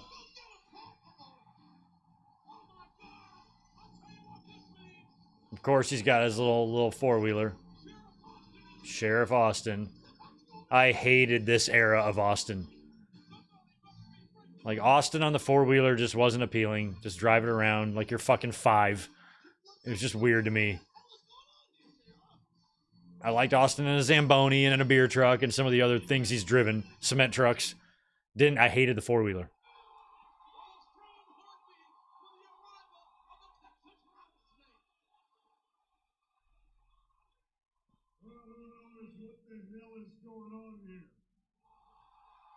Austin was so physical the full year after he exited the ring.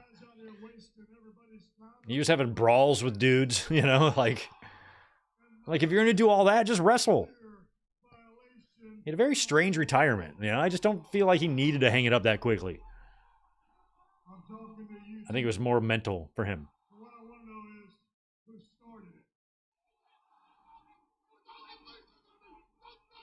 Don't stun me.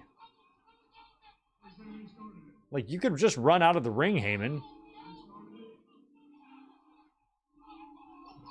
Now's your chance to run, Heyman. We had time for that? So is the entire Royal Rumble going to take place in that bloody-ass ring? I guess that's the way they did it back then, huh? Well, Heyman, you're about to eat one. Look at Heyman, he's ready for it. Oh, good bump by Heyman. Dangerous Alliance, my ass.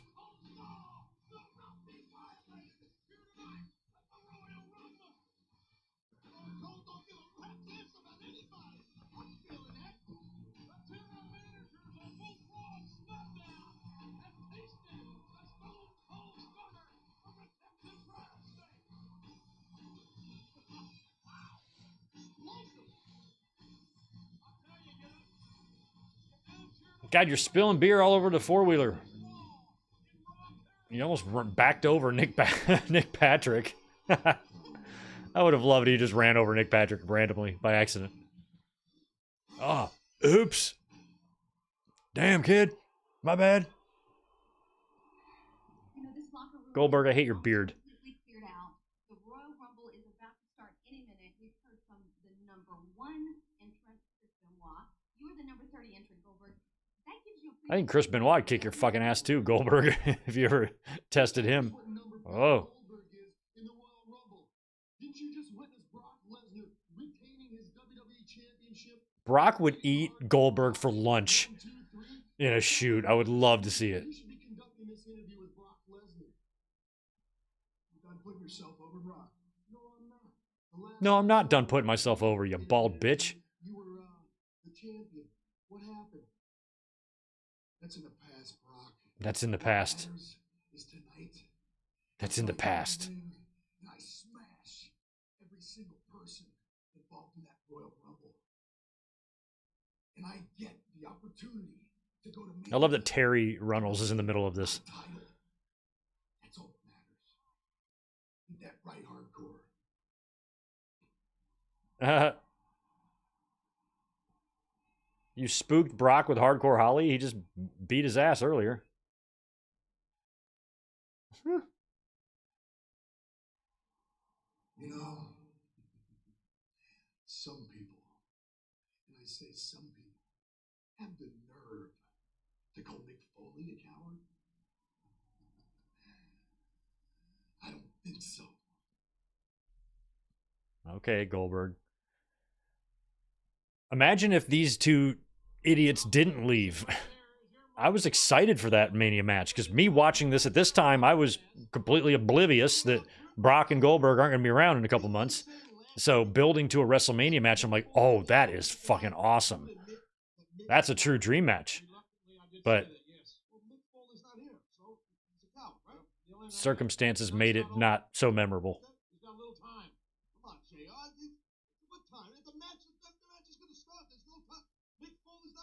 Taz, shut the fuck up. So you said it. Yes, I did. There you go. It hurts me to say it. Well, it hurts me to see it and witness it and say it. He said it. Foley's a coward. Now I said it. Okay. I feel better now. Thank you. Mick Foley's a coward. Okay. I'm thinking of sweater vest, by the way. Keys to victory. Yeah, let's see. Taz, you're like the last person that should be giving keys to victory after your Rumble fucking history. Out of sight, out of money, conditioning, higher number your best friend. This, yeah, any idiot would know this, Taz. The graphics guy wasted the time to type this out. My key to victory, you want to know good Mike Works keys to victory to winning the Royal Rumble? Don't get thrown over the top rope. Now you just stick to that. Everything else is cream cheese.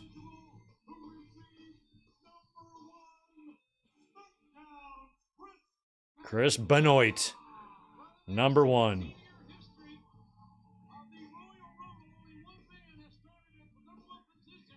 Hey, help me out. Was Ray number 1 in 2006? Or was he not number 1?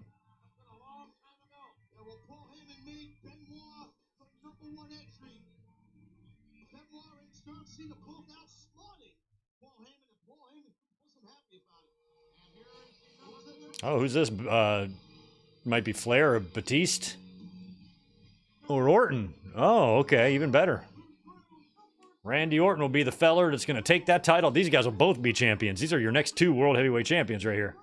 See, I wonder if WWE knew here. No, they didn't. That they were going to put Randy Orton over at SummerSlam. Definitely not.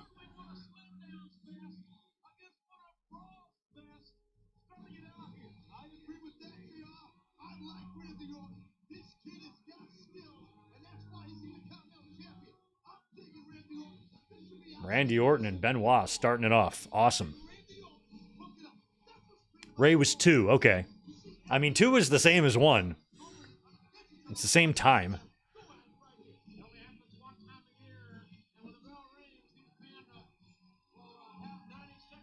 Probably smart of them to do that, actually.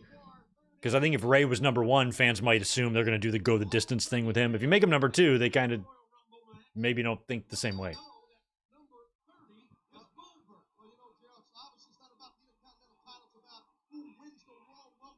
Oh, they did clean the mat, or they replaced it.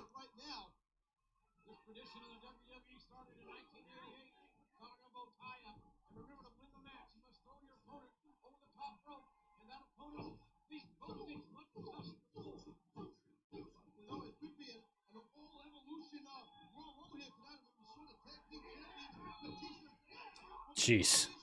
Benoit was just a monster.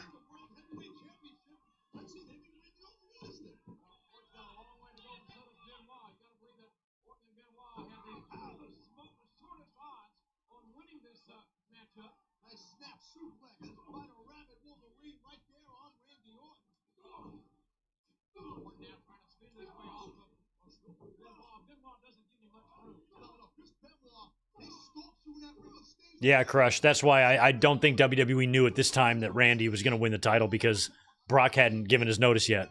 But once that happened, that became one of their motivations, I think, to give Orton the title while they could. Oh, yeah. Break your nose in that maneuver in that position. You don't think he won't do it? No, he will do it. Chris Benoit is a vicious competitor. Here we go. We got the countdown going.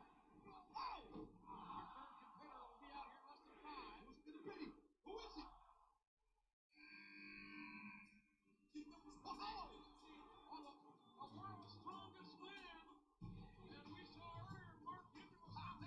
This is the original recycled WrestleMania 2000 theme.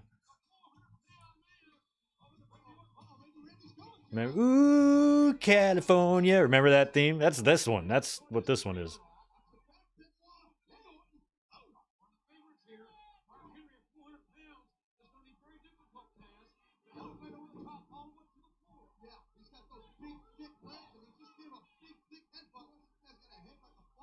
It's big. He's got a head like a farm animal. Jesus Christ, Taz.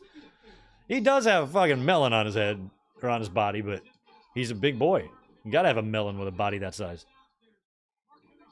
Big head means big brain.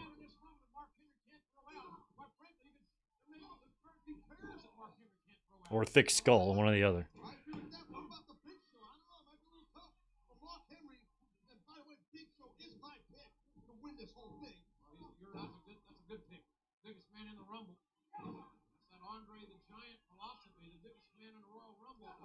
Hmm.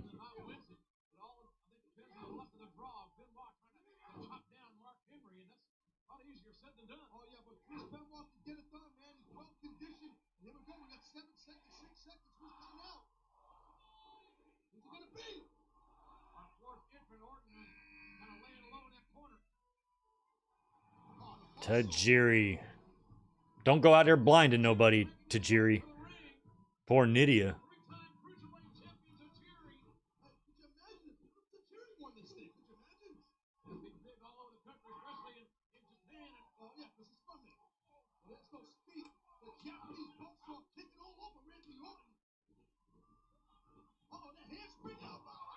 Tajiri. I feel like he's going to miss somebody, but I don't think he's got it in his mouth.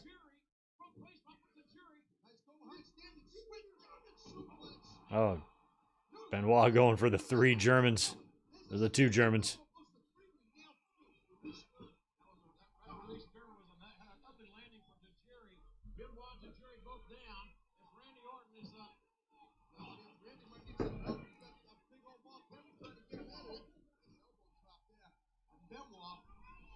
The 2 Raw competitors have paired off against each other. The 2 SmackDown competitors. Oh, Orton saved himself.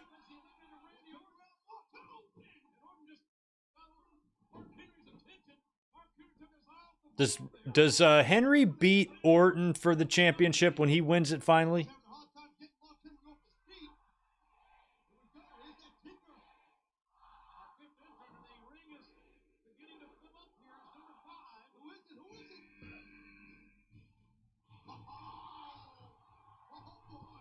Man, we are just, look at this. This is like the very end of Acolyte Bradshaw here.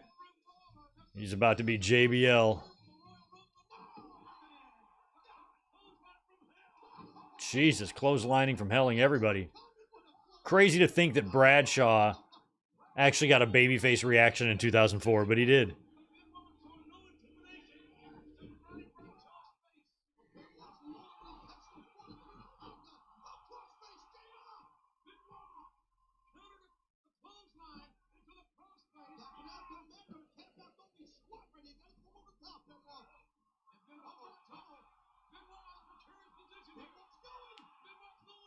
Oh, just like that.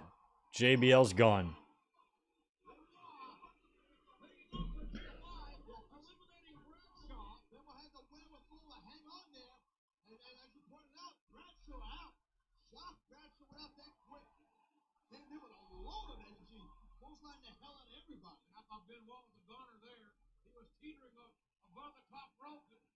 Great athleticism and exhibited by Benoit. Great balance to land on the instrument, but Bradshaw was not so lucky. Hmm.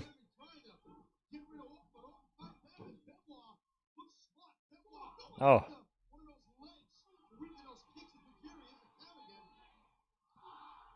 What did Mark Henry get hurt? What the hell did he do at WrestleMania 20? Nothing, right? Oh, Rhino? Rhino.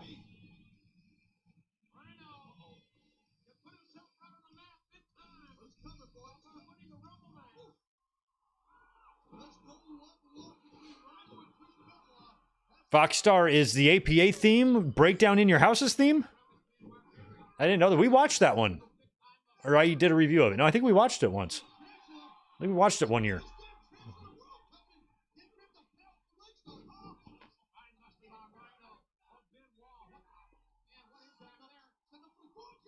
Oh, Gores. Tajiri's gone. So Tajiri and Bradshaw are the only ones out. So Mark Henry might be about to be eliminated here, too. Got him over. Wow. What a bump by Mark.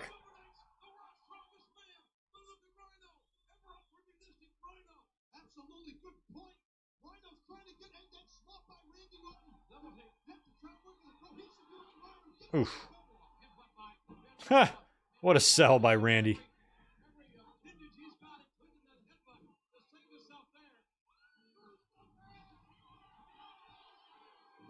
Oh, there we go. Finally, Henry got the spit. I didn't see that.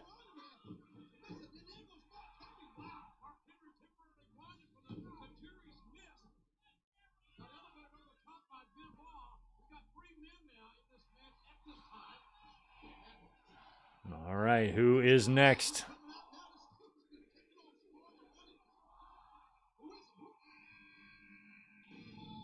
Oh, Matthew Hardwell.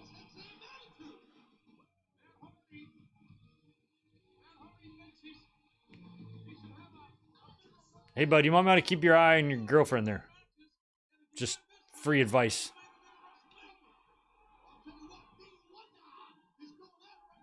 If she starts acting weird later this year, make sure you nip that in the bud. You don't want to, live on the edge like that.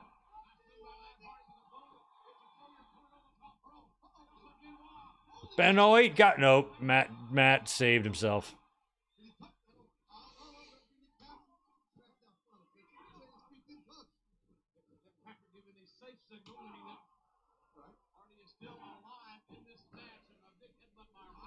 Oh, thank you, Richter. That's where he was. Okay. Because I just don't have a memory of him at WrestleMania 20. Unless he was stuck in a tag somewhere that I'm not remembering, but I didn't think he was there. So, okay, he was doing World's Strongest Man stuff, which means he wasn't injured. That's good.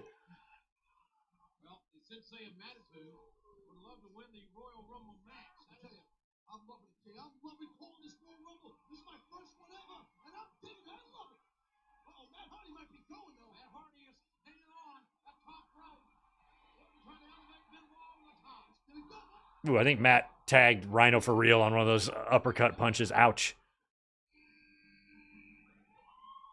Oh, Papa Poop.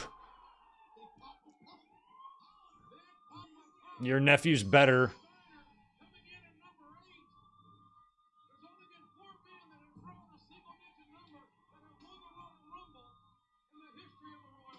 I am pretty sure that Scott Steiner will not be taking out Benoit is not going to go main event WrestleMania 20.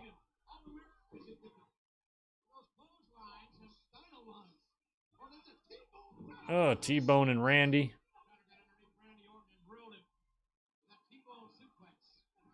Steiner, by the time he got to WWE, he was just out of his league. There was so much better talent there than him at this point. There was a time where I thought Scott Steiner was awesome, but nothing Big Papa Pump related connected with me at all. I thought physically he was well past his prime. He got freakishly big. Mobility changed.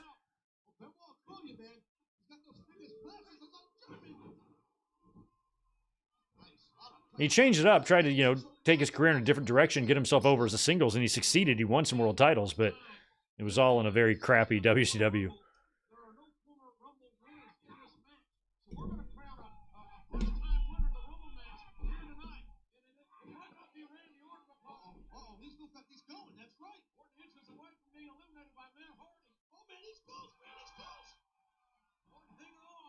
Wow, Randy. Yeah, Zane, that didn't ring a bell with me either, the breakdown theme, but... Oh, here's Morgan. This is Liv Morgan's big brother, Matt. I always thought he was going to be a big star. I think like when he turned up with like Nathan Jones, and I always looked at like Brock Lesnar as just this massively freakish grizzly bear, and then these two fuckers come in. I'm like, good God, if these guys are even moderately good in the ring, they're going to be unstoppable. And I think Morgan was doing like swanton bombs and shit. So I was just like, when you get somebody that's like almost 7 feet doing that, that's way more impressive than Undertaker and Kane type of stuff. So I was just like, holy crap, this guy just should be booked as a killer. Like an absolute killer. Like Ivan Drago. But like 2 Ivan Dragos.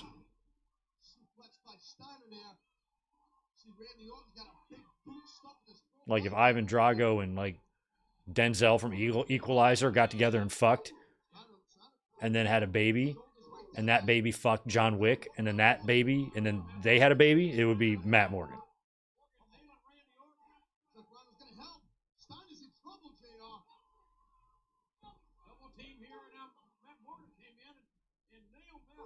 Have you ever seen Pineapple Express where Franco's breaking down like the weed strain? Imagine if this shit found that shit and then they fucked. I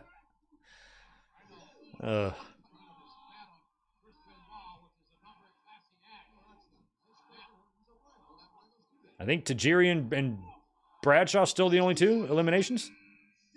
Stand back. Here comes Gregory.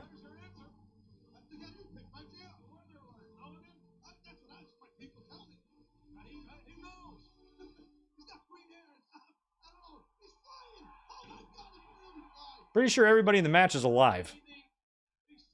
Except Benoit. Sorry. A lot of these guys still do shit. Matt's active. Hurricane works backstage. Morgan, I think, has a podcast. Randy Orton's active. Oh, my God. Steiner's got a relative in the biz.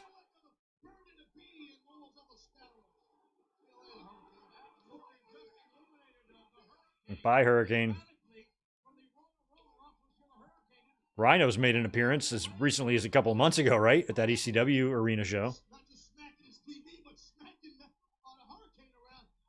So other than Benoit, I'm curious how many other deceased wrestlers are in this match. It might not be that many. We might have a pleasantly tame one this year, except for the one big glaring one.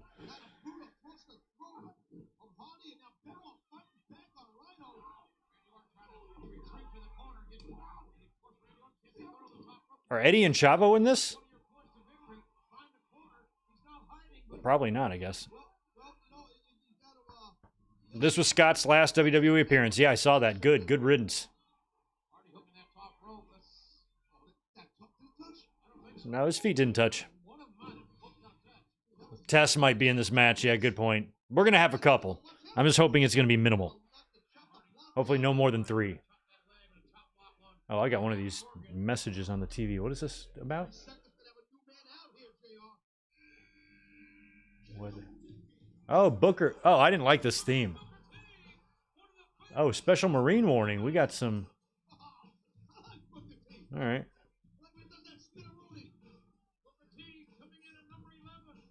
Marine warning. All right, cool.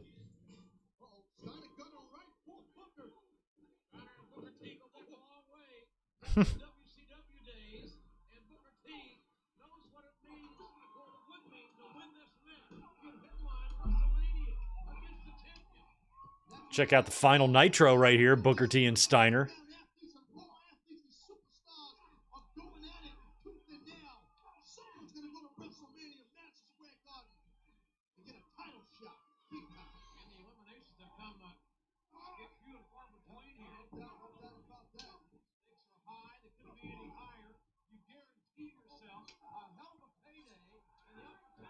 Oof. Big scissor kick to Randy.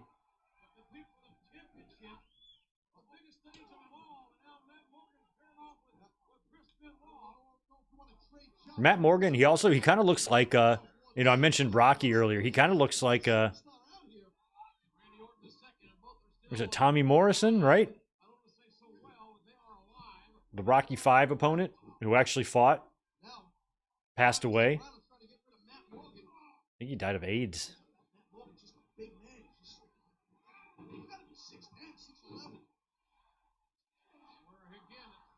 All right, who's next?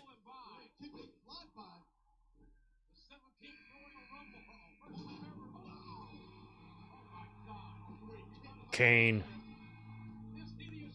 This hideous human being. Does something happen here with Undertaker? Do we get a tease at all? Because they were teasing a bunch of shit leading up to Mania 20, right?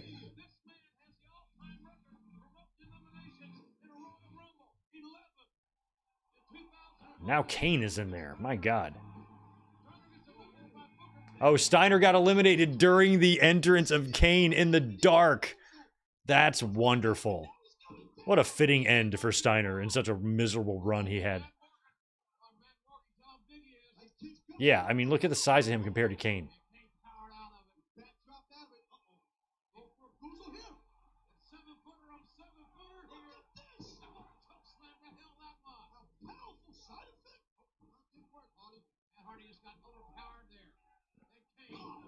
Matt Hardy and Kane, they'd have some wars. Oh, wow. Gore. Got hit in the face with a big boot. Choke slam to Randy.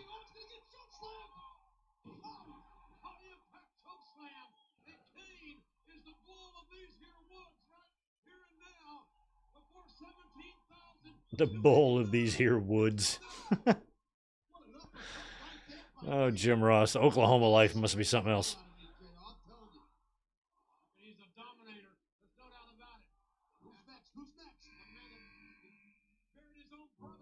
Oh.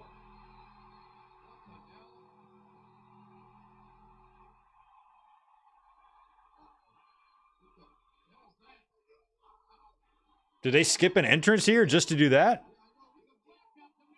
Oh, and Booker eliminates Kane.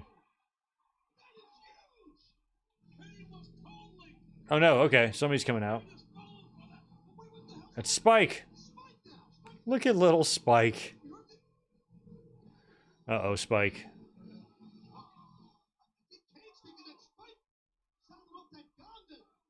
Spike did. Oh, don't choke slam this 150-pound guy on the. Oh.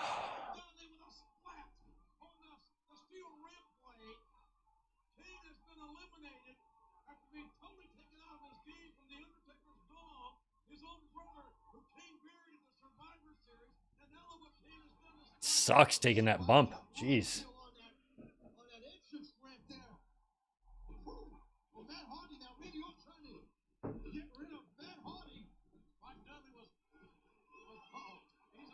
Yeah, Spike had it coming. He's probably the one that signaled the dong.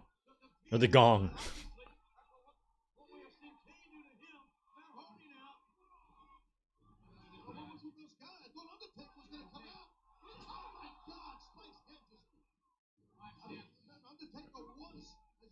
That one video of Spike, I think it's in Beyond the Mat where he's being interviewed. And he's like outside or something. He's in the sun. And he's busted open because he must have just done some crazy match. And the way the blood is just coming down his head, and they're telling him to wipe it off, and he's just wiping it, and it's lit. It's so bright that he just looks really unpleasant looking with his yellow skin and the blood running down his teeth and everything. I'm like, God, he is just hideously violent looking. And he's just like, I love taking bumps. I love doing it. I'm like, why?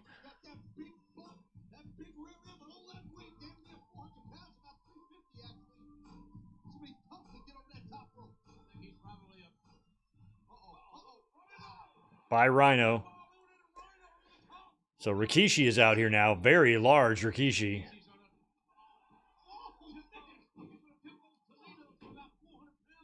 So Rikishi was still there in 2004 doing the Rikishi thing?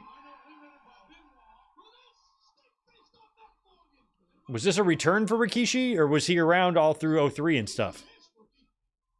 He has really put on some weight. My God.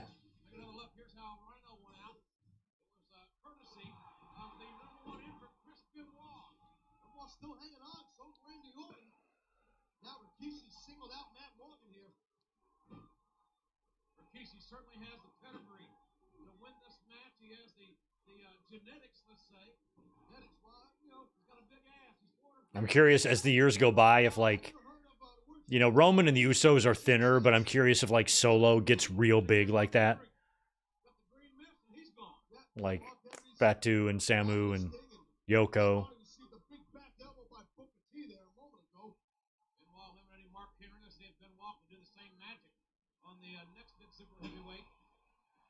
Rikishi and Benoit hammering at the number 2 entrant, Randy Orton. Matt Hardy and Booker T turned off to the far corner. Oh, loud resistance. All right.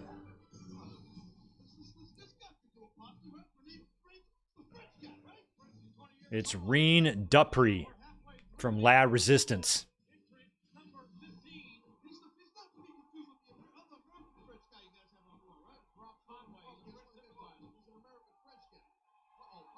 He's a French sympathizer.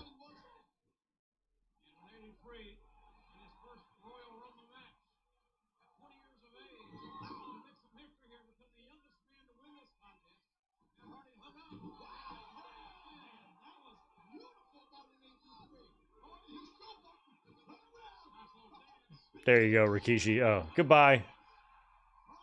Goodbye, Reen Dupree from La Resistance.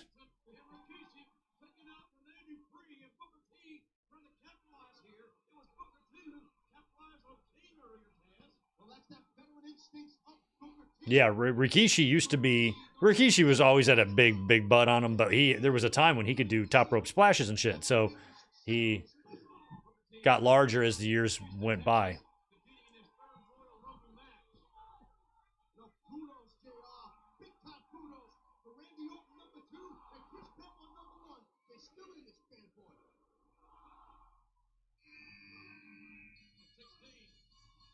Oh, God. Don't run towards me, A-Train. That's scary.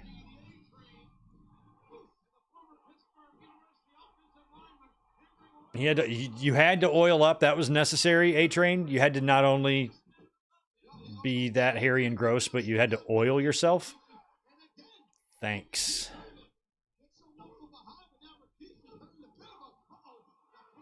He was a dick to me once, and I've never forgotten it. Oh, there goes Matt Morgan. There goes my future star, who I thought was going to be everything. He's been eliminated.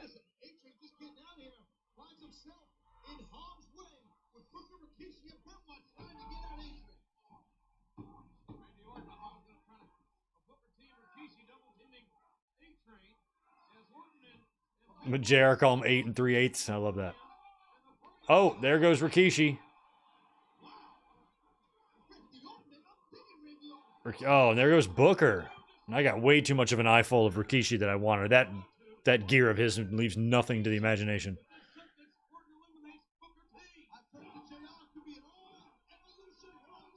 Oh, we had 3 mats in this match. Hardy, Morgan, and Bloom. Sounds like a law firm. Have you been injured in a car accident? Do you have mesothelioma? Call Morgan, Hardy, and Bloom for a free consult.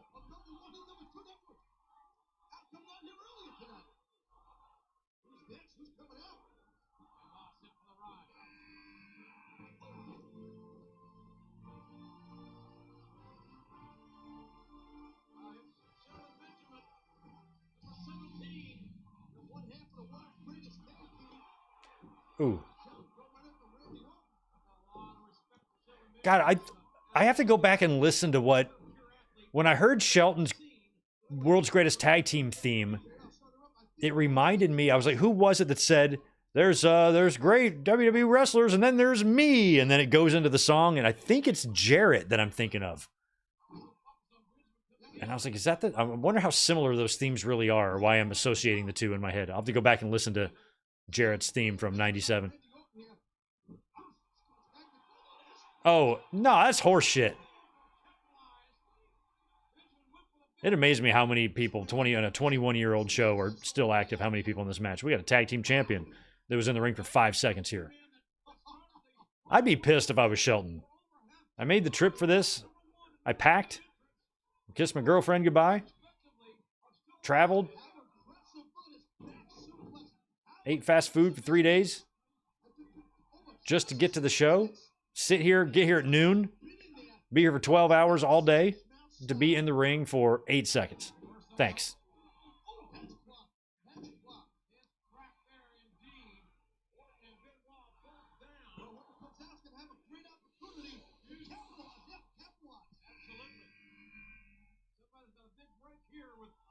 Who is this? I have no idea what this is. Oh. Oh, it's Funkasaurus music? They recycle a lot of music in this company, don't they? Is this maybe dubbed? Or is this the... Oh yeah, this is the right song. Isn't this the Funkasaurus music? I forgot that Ernest the Cat Miller used it. I'm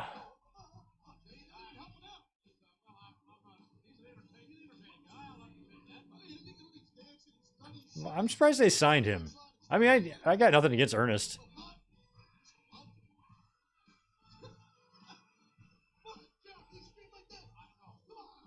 I kind of forgot that he used it first. Because he used to say, call my mama all the way back in WCW. This isn't the same song from WCW, is it? Oh, who's that? Oh, the wig just came off. Goodbye, Ernest. Right back to Benoit and Orton.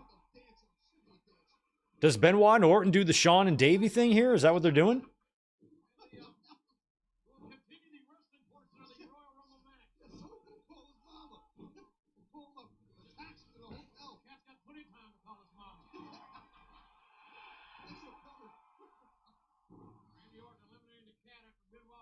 Can I dance? Well, I can dance, but it will be the most hideous thing you have ever seen. And you'll probably stop being my friend. So, no, I can't dance. Oh, here comes Angle. Oh, wow. What a three-way we got here. Angle, Benoit, Orton.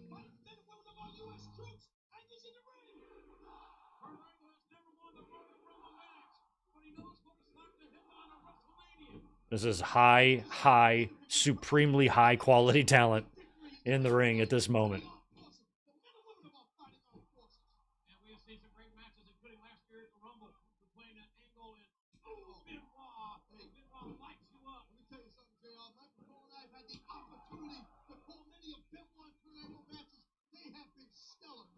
They wrestled at the previous Royal Rumble.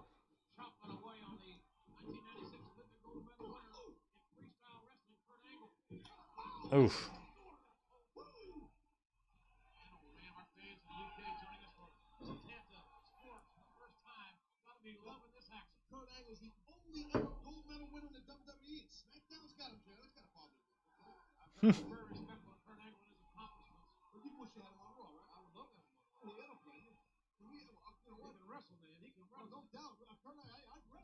Are all these guys on SmackDown? Oh no, Randy Orton would be on Raw at this time because of Evolution.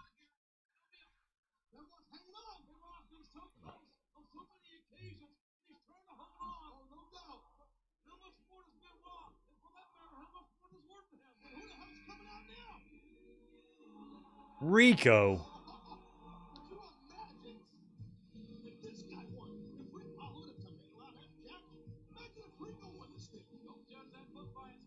He looks like gay Ultimate Warrior, which would be an awesome gimmick, to be honest.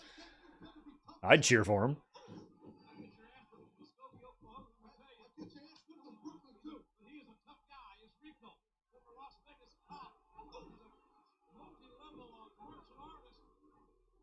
JR would always put over the accomplishments.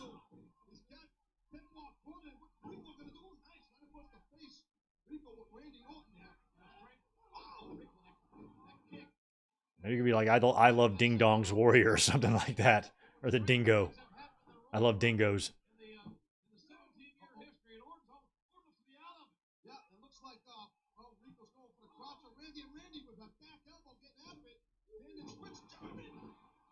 And Billy and Chuck are long done, right? So Rico's still hanging around.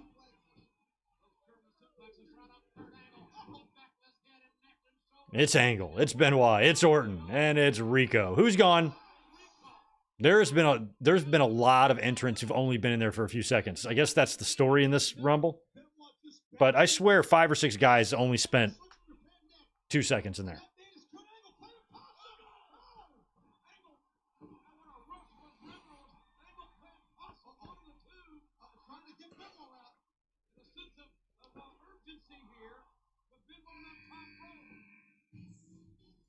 There's Test. Not that there's anything wrong with that, and there definitely is not.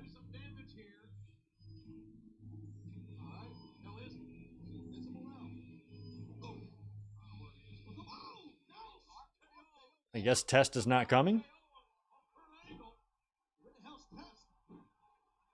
What happened to Test? Test.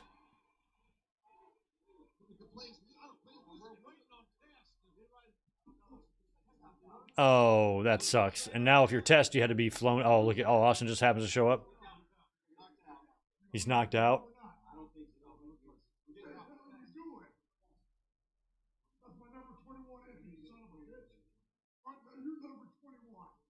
I forgot who this is.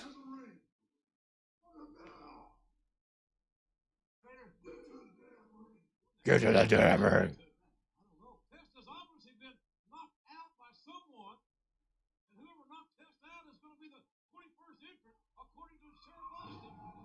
Oh, Foley. That makes sense. That was smart by Mick. So technically Test isn't in this Rumble.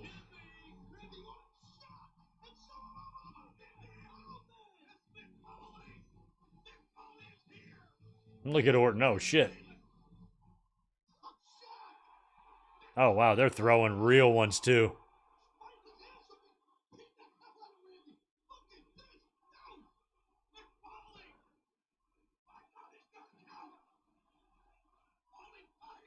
What a pop for Foley.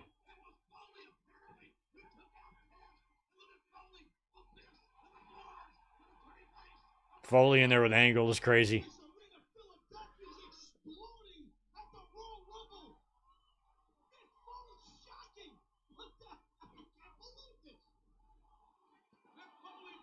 That retirement lasted 4 years. Oh, and they're both out. So that's it for Orton. Foley doesn't even care. He goes, I'm retired. I don't even want a title shot.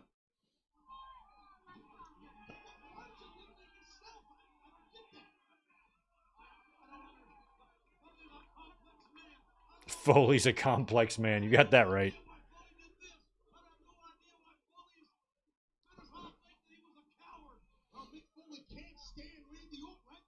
Yeah, he was Nick. Rico was Reno 911 ahead of his time. Although I think Reno 911 was already on by that point, right? I forgot.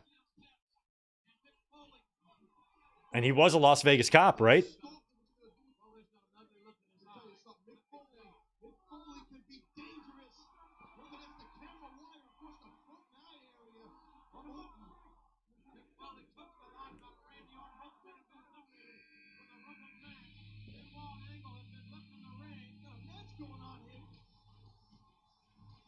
Christian.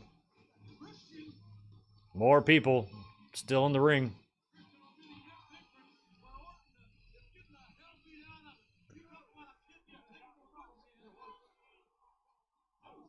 Yeah, Foley is still fucking up Orton. Fucking him straight up. Oh, the steps are out. Here, eat these. Oh! Who was that? Finley? Oh, no. Oh, god damn. Those chair shots are just ridiculous.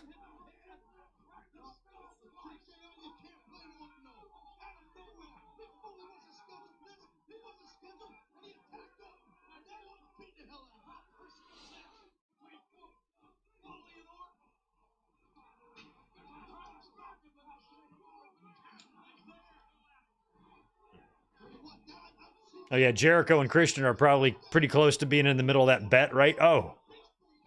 For that $1 Canadian.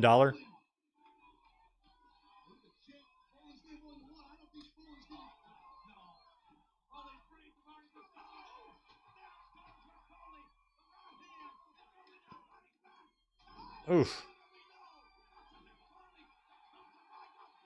Now Sacco is out. Oh, wow. We're about to have somebody come out here while they're brawling on the... I feel like there's some fire, there's some pyro setting up here.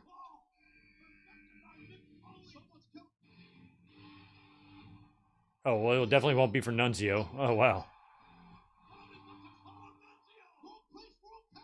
Oh, get out of there, Nunzio. Little Guido. I guess they had to change that name. That's an understandable name change. Well, we can't call you Little Guido.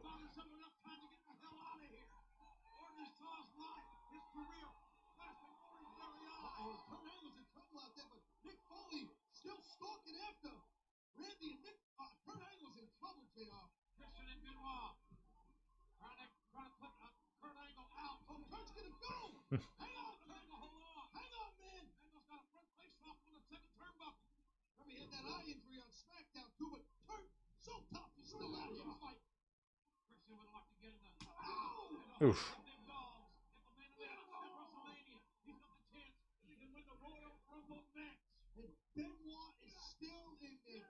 Yeah, we're past the halfway point, so Benoit's definitely got to be getting tired. I wish Benoit had an advocate like Bobby Heenan in the broadcast booth, going nuts for him.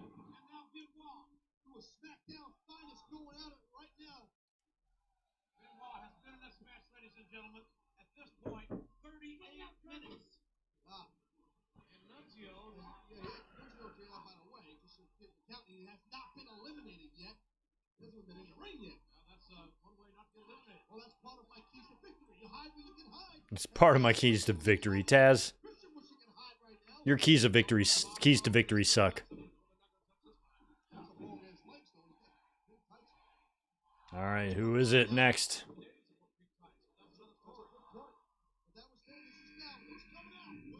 Oh, it's the Big Show. Another wrestling name that I absolutely hated.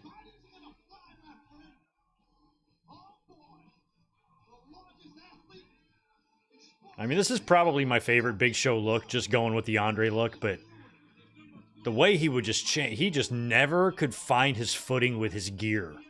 It was ever changing, ever evolving. He just couldn't find something that worked for him ever. He looked weird in a lot of his renditions.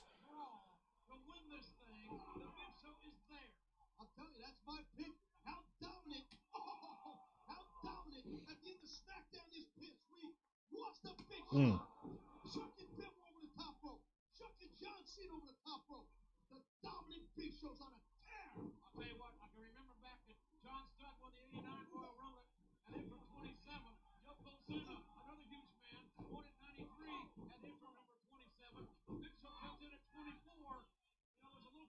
They're really the only large people to win it, right? Like Yoko and Big John Studd.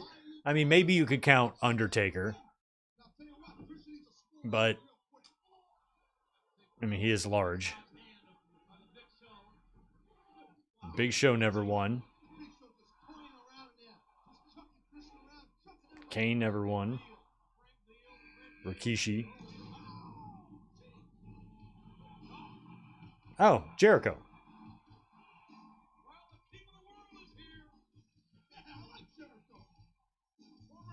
Look how young he looks. He does not look that young anymore.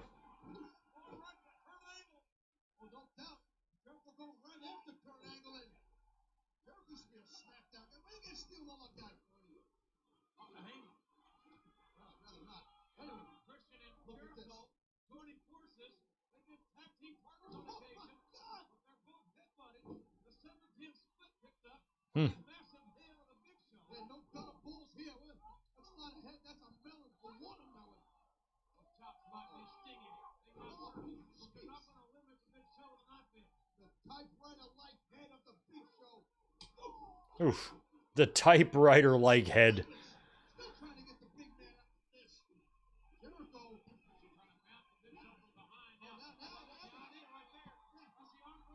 The learning tree. The learning tree is a crusty-ass bush with dead leaves on it.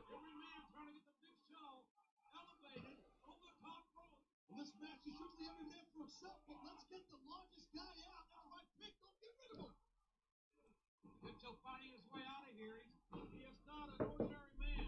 He is extraordinary. Just take a look at him. Look at Benoit down, Christian down, Angle and Jericho hammering the hell out of each other. Here comes the other one, Charlie Haas.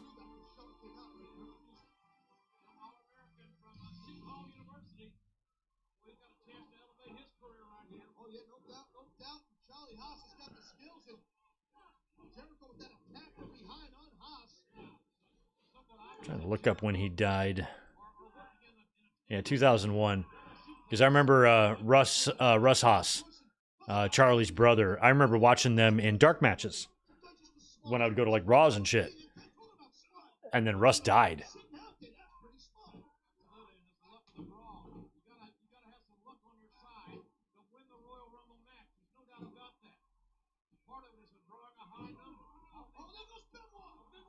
There goes Benoit. Oh, he's out. He's in.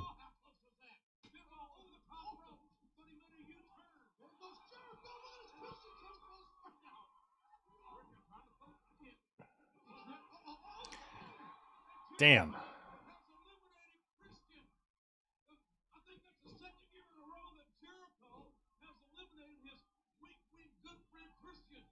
Like I said, every man for himself. You want to go to Mania and get a title shot. That's the big one, baby. Jericho now hooked by my pick, the Big Show.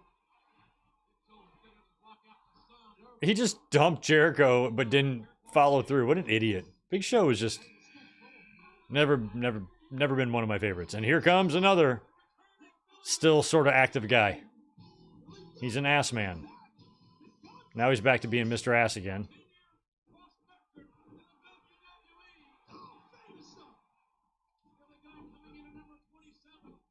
So Billy Gunn was still around?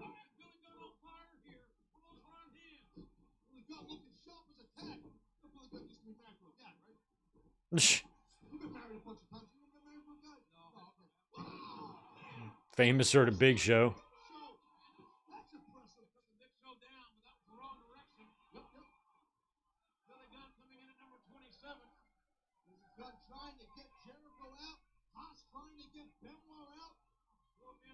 We only have 3 guys left. 28, 29, 30. I think 30's Goldberg. Oh, Nuncio's down here? You little fucker. He's a goomball.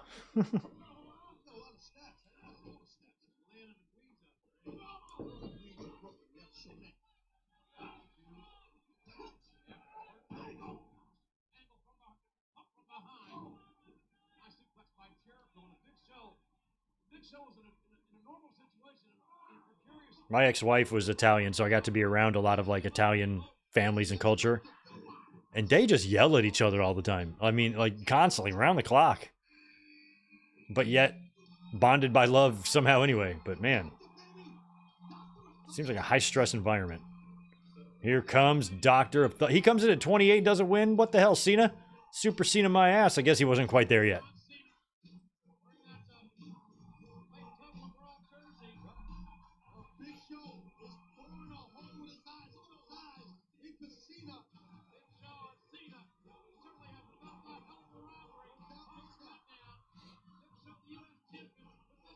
Oh, Cena found Nunzio. Why are you covering your hands like...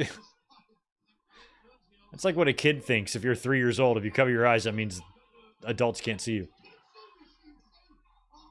Oh, you're gonna die now, Nunzio. Oh, maybe not.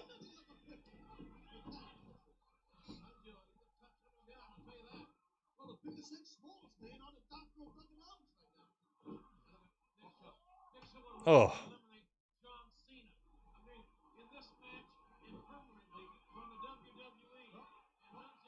Nunzio's trying to get... Oh.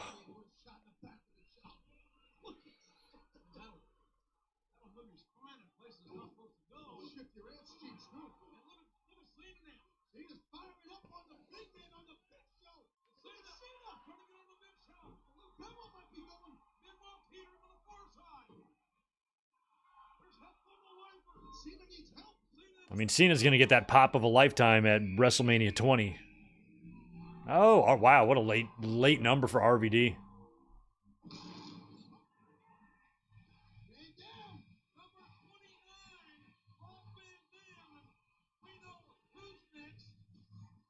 Well, you might want to give Van Dam the home field advantage here with his past, with his history from ECW. Well, that might not help him against the Big Show here, but Van Dam looking good. Oh, amazing athlete. Jumping spin kick there. Absolutely amazing athlete. Maybe the greatest wrestler to never be. Jericho and Van Dam, I just never got the impression liked each other. I would be interested in that shoot fight, though.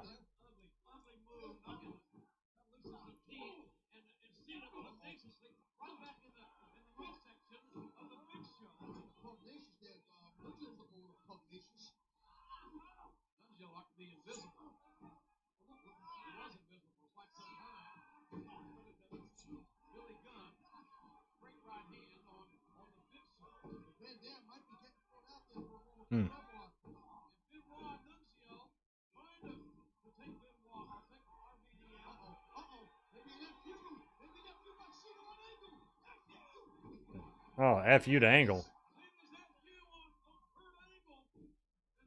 Watching John Cena starting to bubble here. This is like John Cena here is like 1983 Hogan. Like in the AWA. It's like it's almost there. And here comes Goldberg.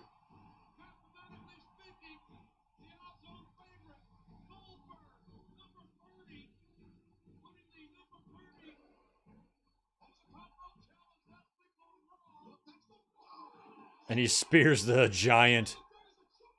Spears Billy. Wow, Goldberg and Angle. Interesting. How many times did they interact?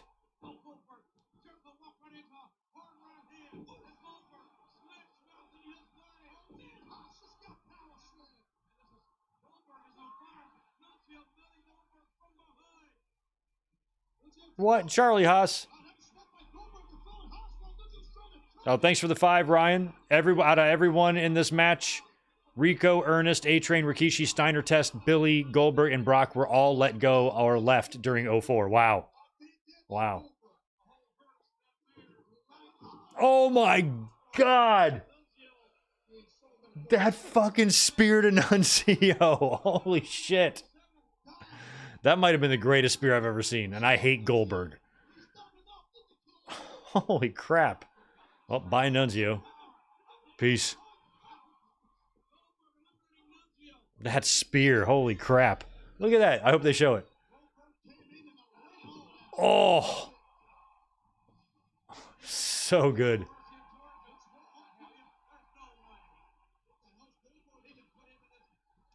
Oh, there's Brock.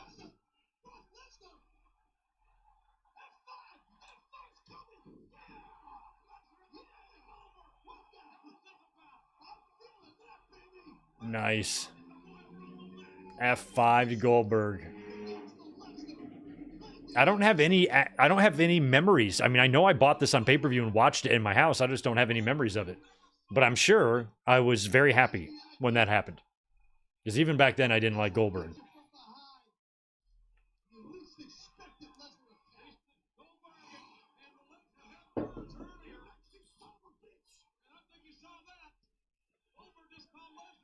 Now somebody eliminate him.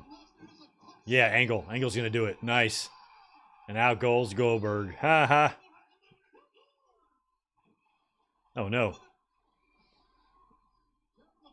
We got Jericho, Angle, Benoit, and RVD.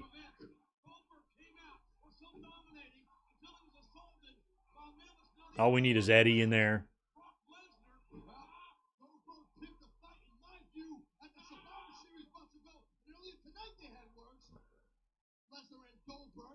Oh, they're all going to go try to get Big Show out.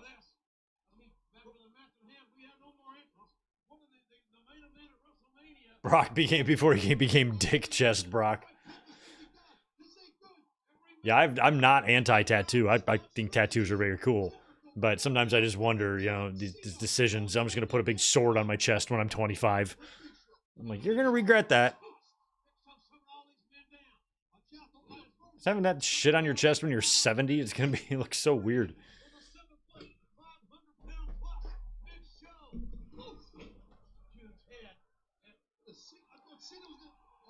Oh.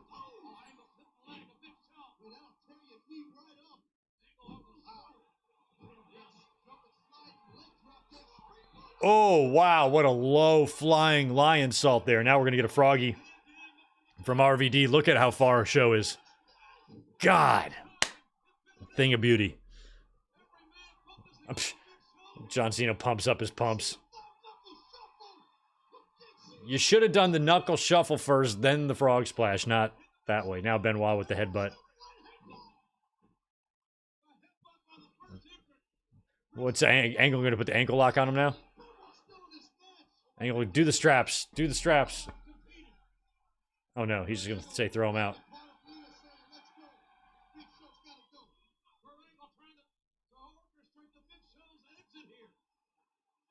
That is not how you do it.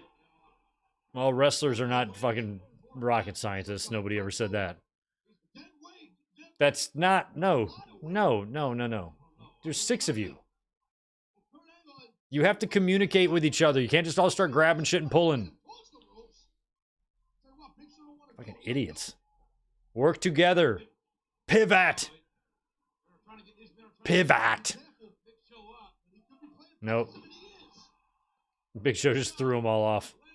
Goodbye, Cena. Ouch. He might have ripped his knee. He might have.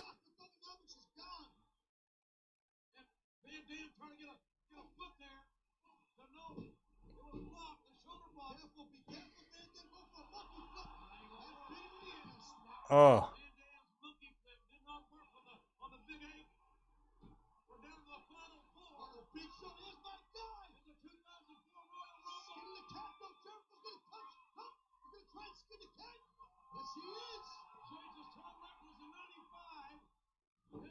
Oh, wow. Let's get Big Show out of there, although I think he's the runner-up.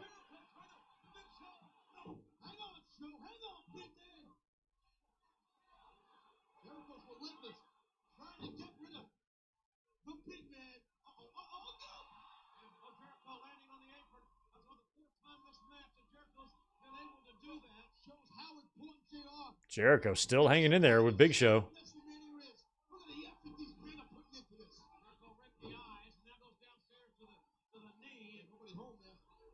What came flying off? An elbow pad? Wow, bulldog to Big Show.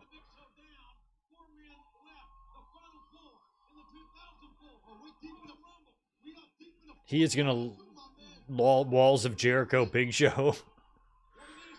Oh, those tree trunks. That's not putting much pressure on. He's tapping, though. Big Show's tapping out.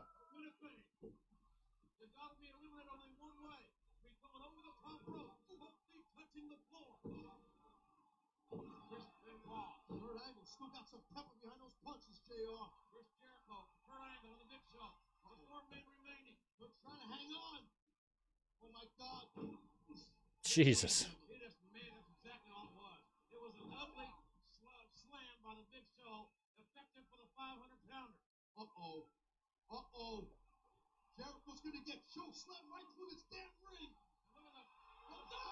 Oh.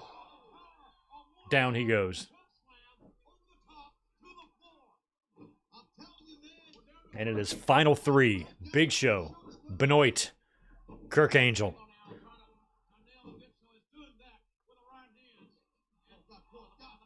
Sidewalk slam.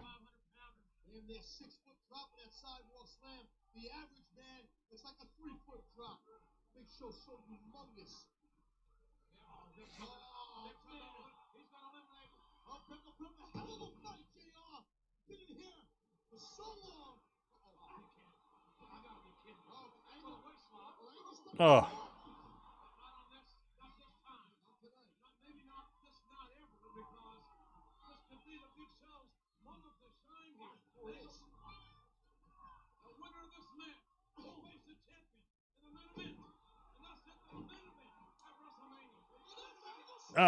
Big Show angle slams always looked so wonky.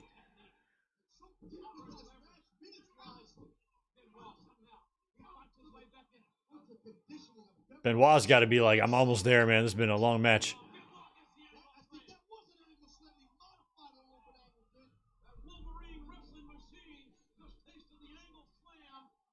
I'd hate to have a match when you're in the middle of having a case of the shits or something. Like, I just don't know how they deal with that. I know CM Punk shit his britches on SmackDown. Please retweet. Other than that, I'm not aware of any defecations on live TV.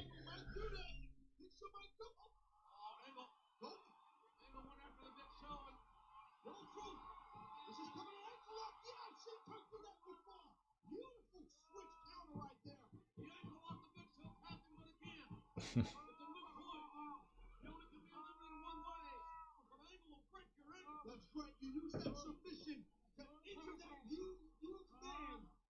So Big Show's a one-legged giant out there. I like the strategy of Kurt Angle. Even if you get to the ropes, it don't matter. You can't break the hold.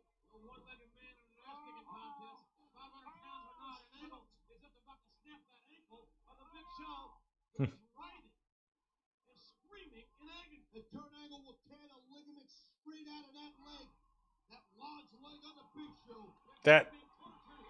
Oh, Big Show pulling off a counter like that. It was kind of a funny sight seeing Big Show's foot. Don't worry about it, Angle.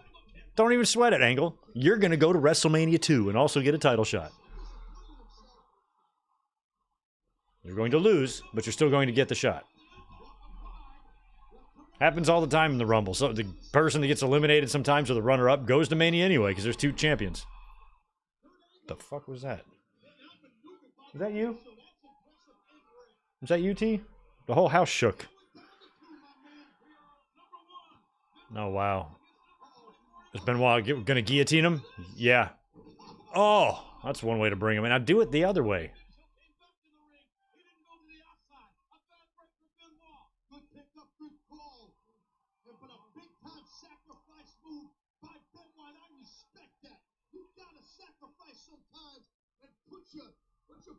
Sid pooped at Mania 13? That's great. I mean, I'm sure. I didn't know about that. Poor Undertaker. He had to tombstone him. Whew. That's rough. I mean, I'm sure that sharts happen sometimes. Feels like it's impossible to not. Girls probably have the same problem. It's a nice thought, isn't it? Oh, crossface. Well, you can't tap out. Big Show's tapped out 3 times in this Rumble. Again with the tap out. Can you tap? They should let you tap out in the Rumble. Like they should. I would be in favor of that rule. That you now get eliminated by throwing them over the top rope or submission. No pins, but either surrender or you get thrown over the top rope.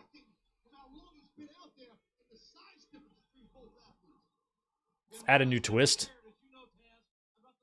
Up it to 50 men a year with two processes of elimination, either over the top rope or surrender.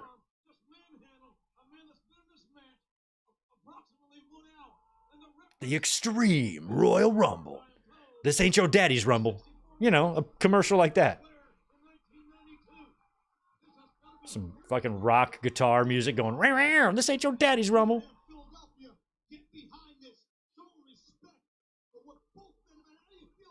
50 men. And the theme song could be It's Raining Men. I got ideas.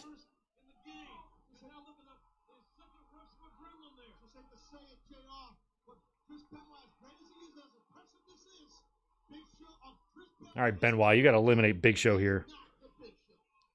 This is too much Big Show TV time for my liking.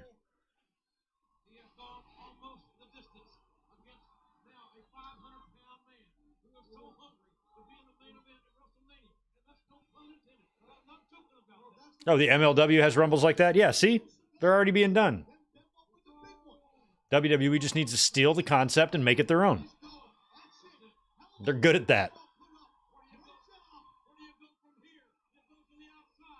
Oh. Oh, yeah. I think it's like a chin lock, chokehold, and he just drags him over the top rope, I think. Yeah, this is the...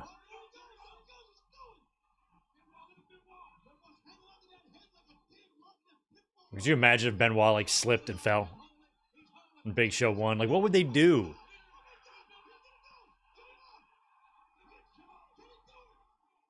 Push him.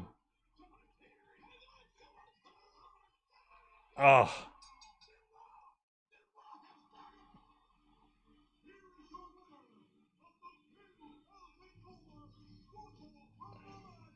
I wish there was a universe where Benoit never lost his mind, remained perfectly healthy, wasn't crazy,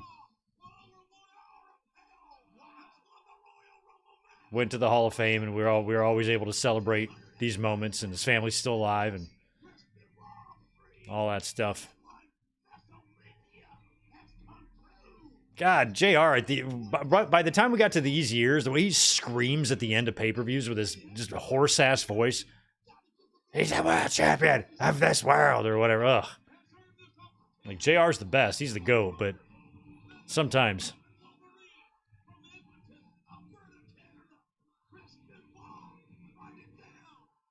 Write it down.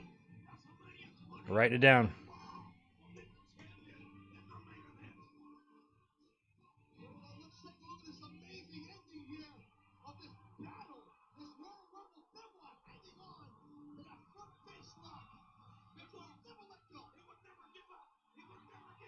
Oh.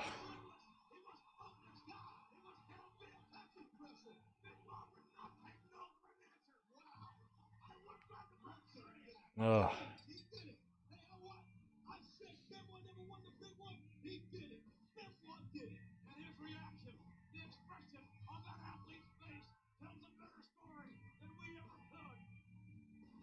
I mean, you knew that if they're going to put him in at number one, have him win, he's winning the title at WrestleMania. And I remember being really pleased with that, like thinking that, wow, Benoit going to main event the Mania, the 20th anniversary in the Garden, the biggest one. Like having a guy like him main event, I was surprised that it wasn't going to be, I mean, obviously Shawn and Triple H were in there too, but in terms of the guy that you're going to crown and make that night, having it be like a WCW guy for the big gold WCW belt at WrestleMania 20 was just wild to me as a fan that was a scenario we were living through. But it was true. We were.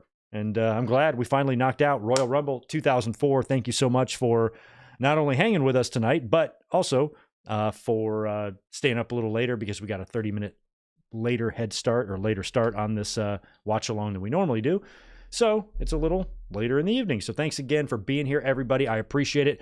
Just a reminder, there isn't going to be a Raw watch along tomorrow because I will be at work. But I've got Tuesday free, so I have a Royal Rumble's predictions stream already scheduled and planned. The link is already up on the channel here, so just save it for Tuesday. We're going to be going live at 6 Eastern, 3 Pacific, and we will run down tomorrow's Go Home Raw, and we'll probably touch on Saturday night's main event as well, and we will predict the Royal Rumble. And then this Saturday, we're going to be here watching the Royal Rumble together, so I will put together that stream link tonight and post that, so keep a lookout for that because Royal Rumble Saturday is coming up. We're going to be here watching the whole damn thing. It's going to be a hoot. I appreciate you guys being here with me tonight. Enjoy the rest of your Sunday evening. Thank you so much, as always, for being here, and I really appreciate you hanging out tonight considering how much competition I had with that football game. You guys are the best. I will be talking to you real soon. Peace.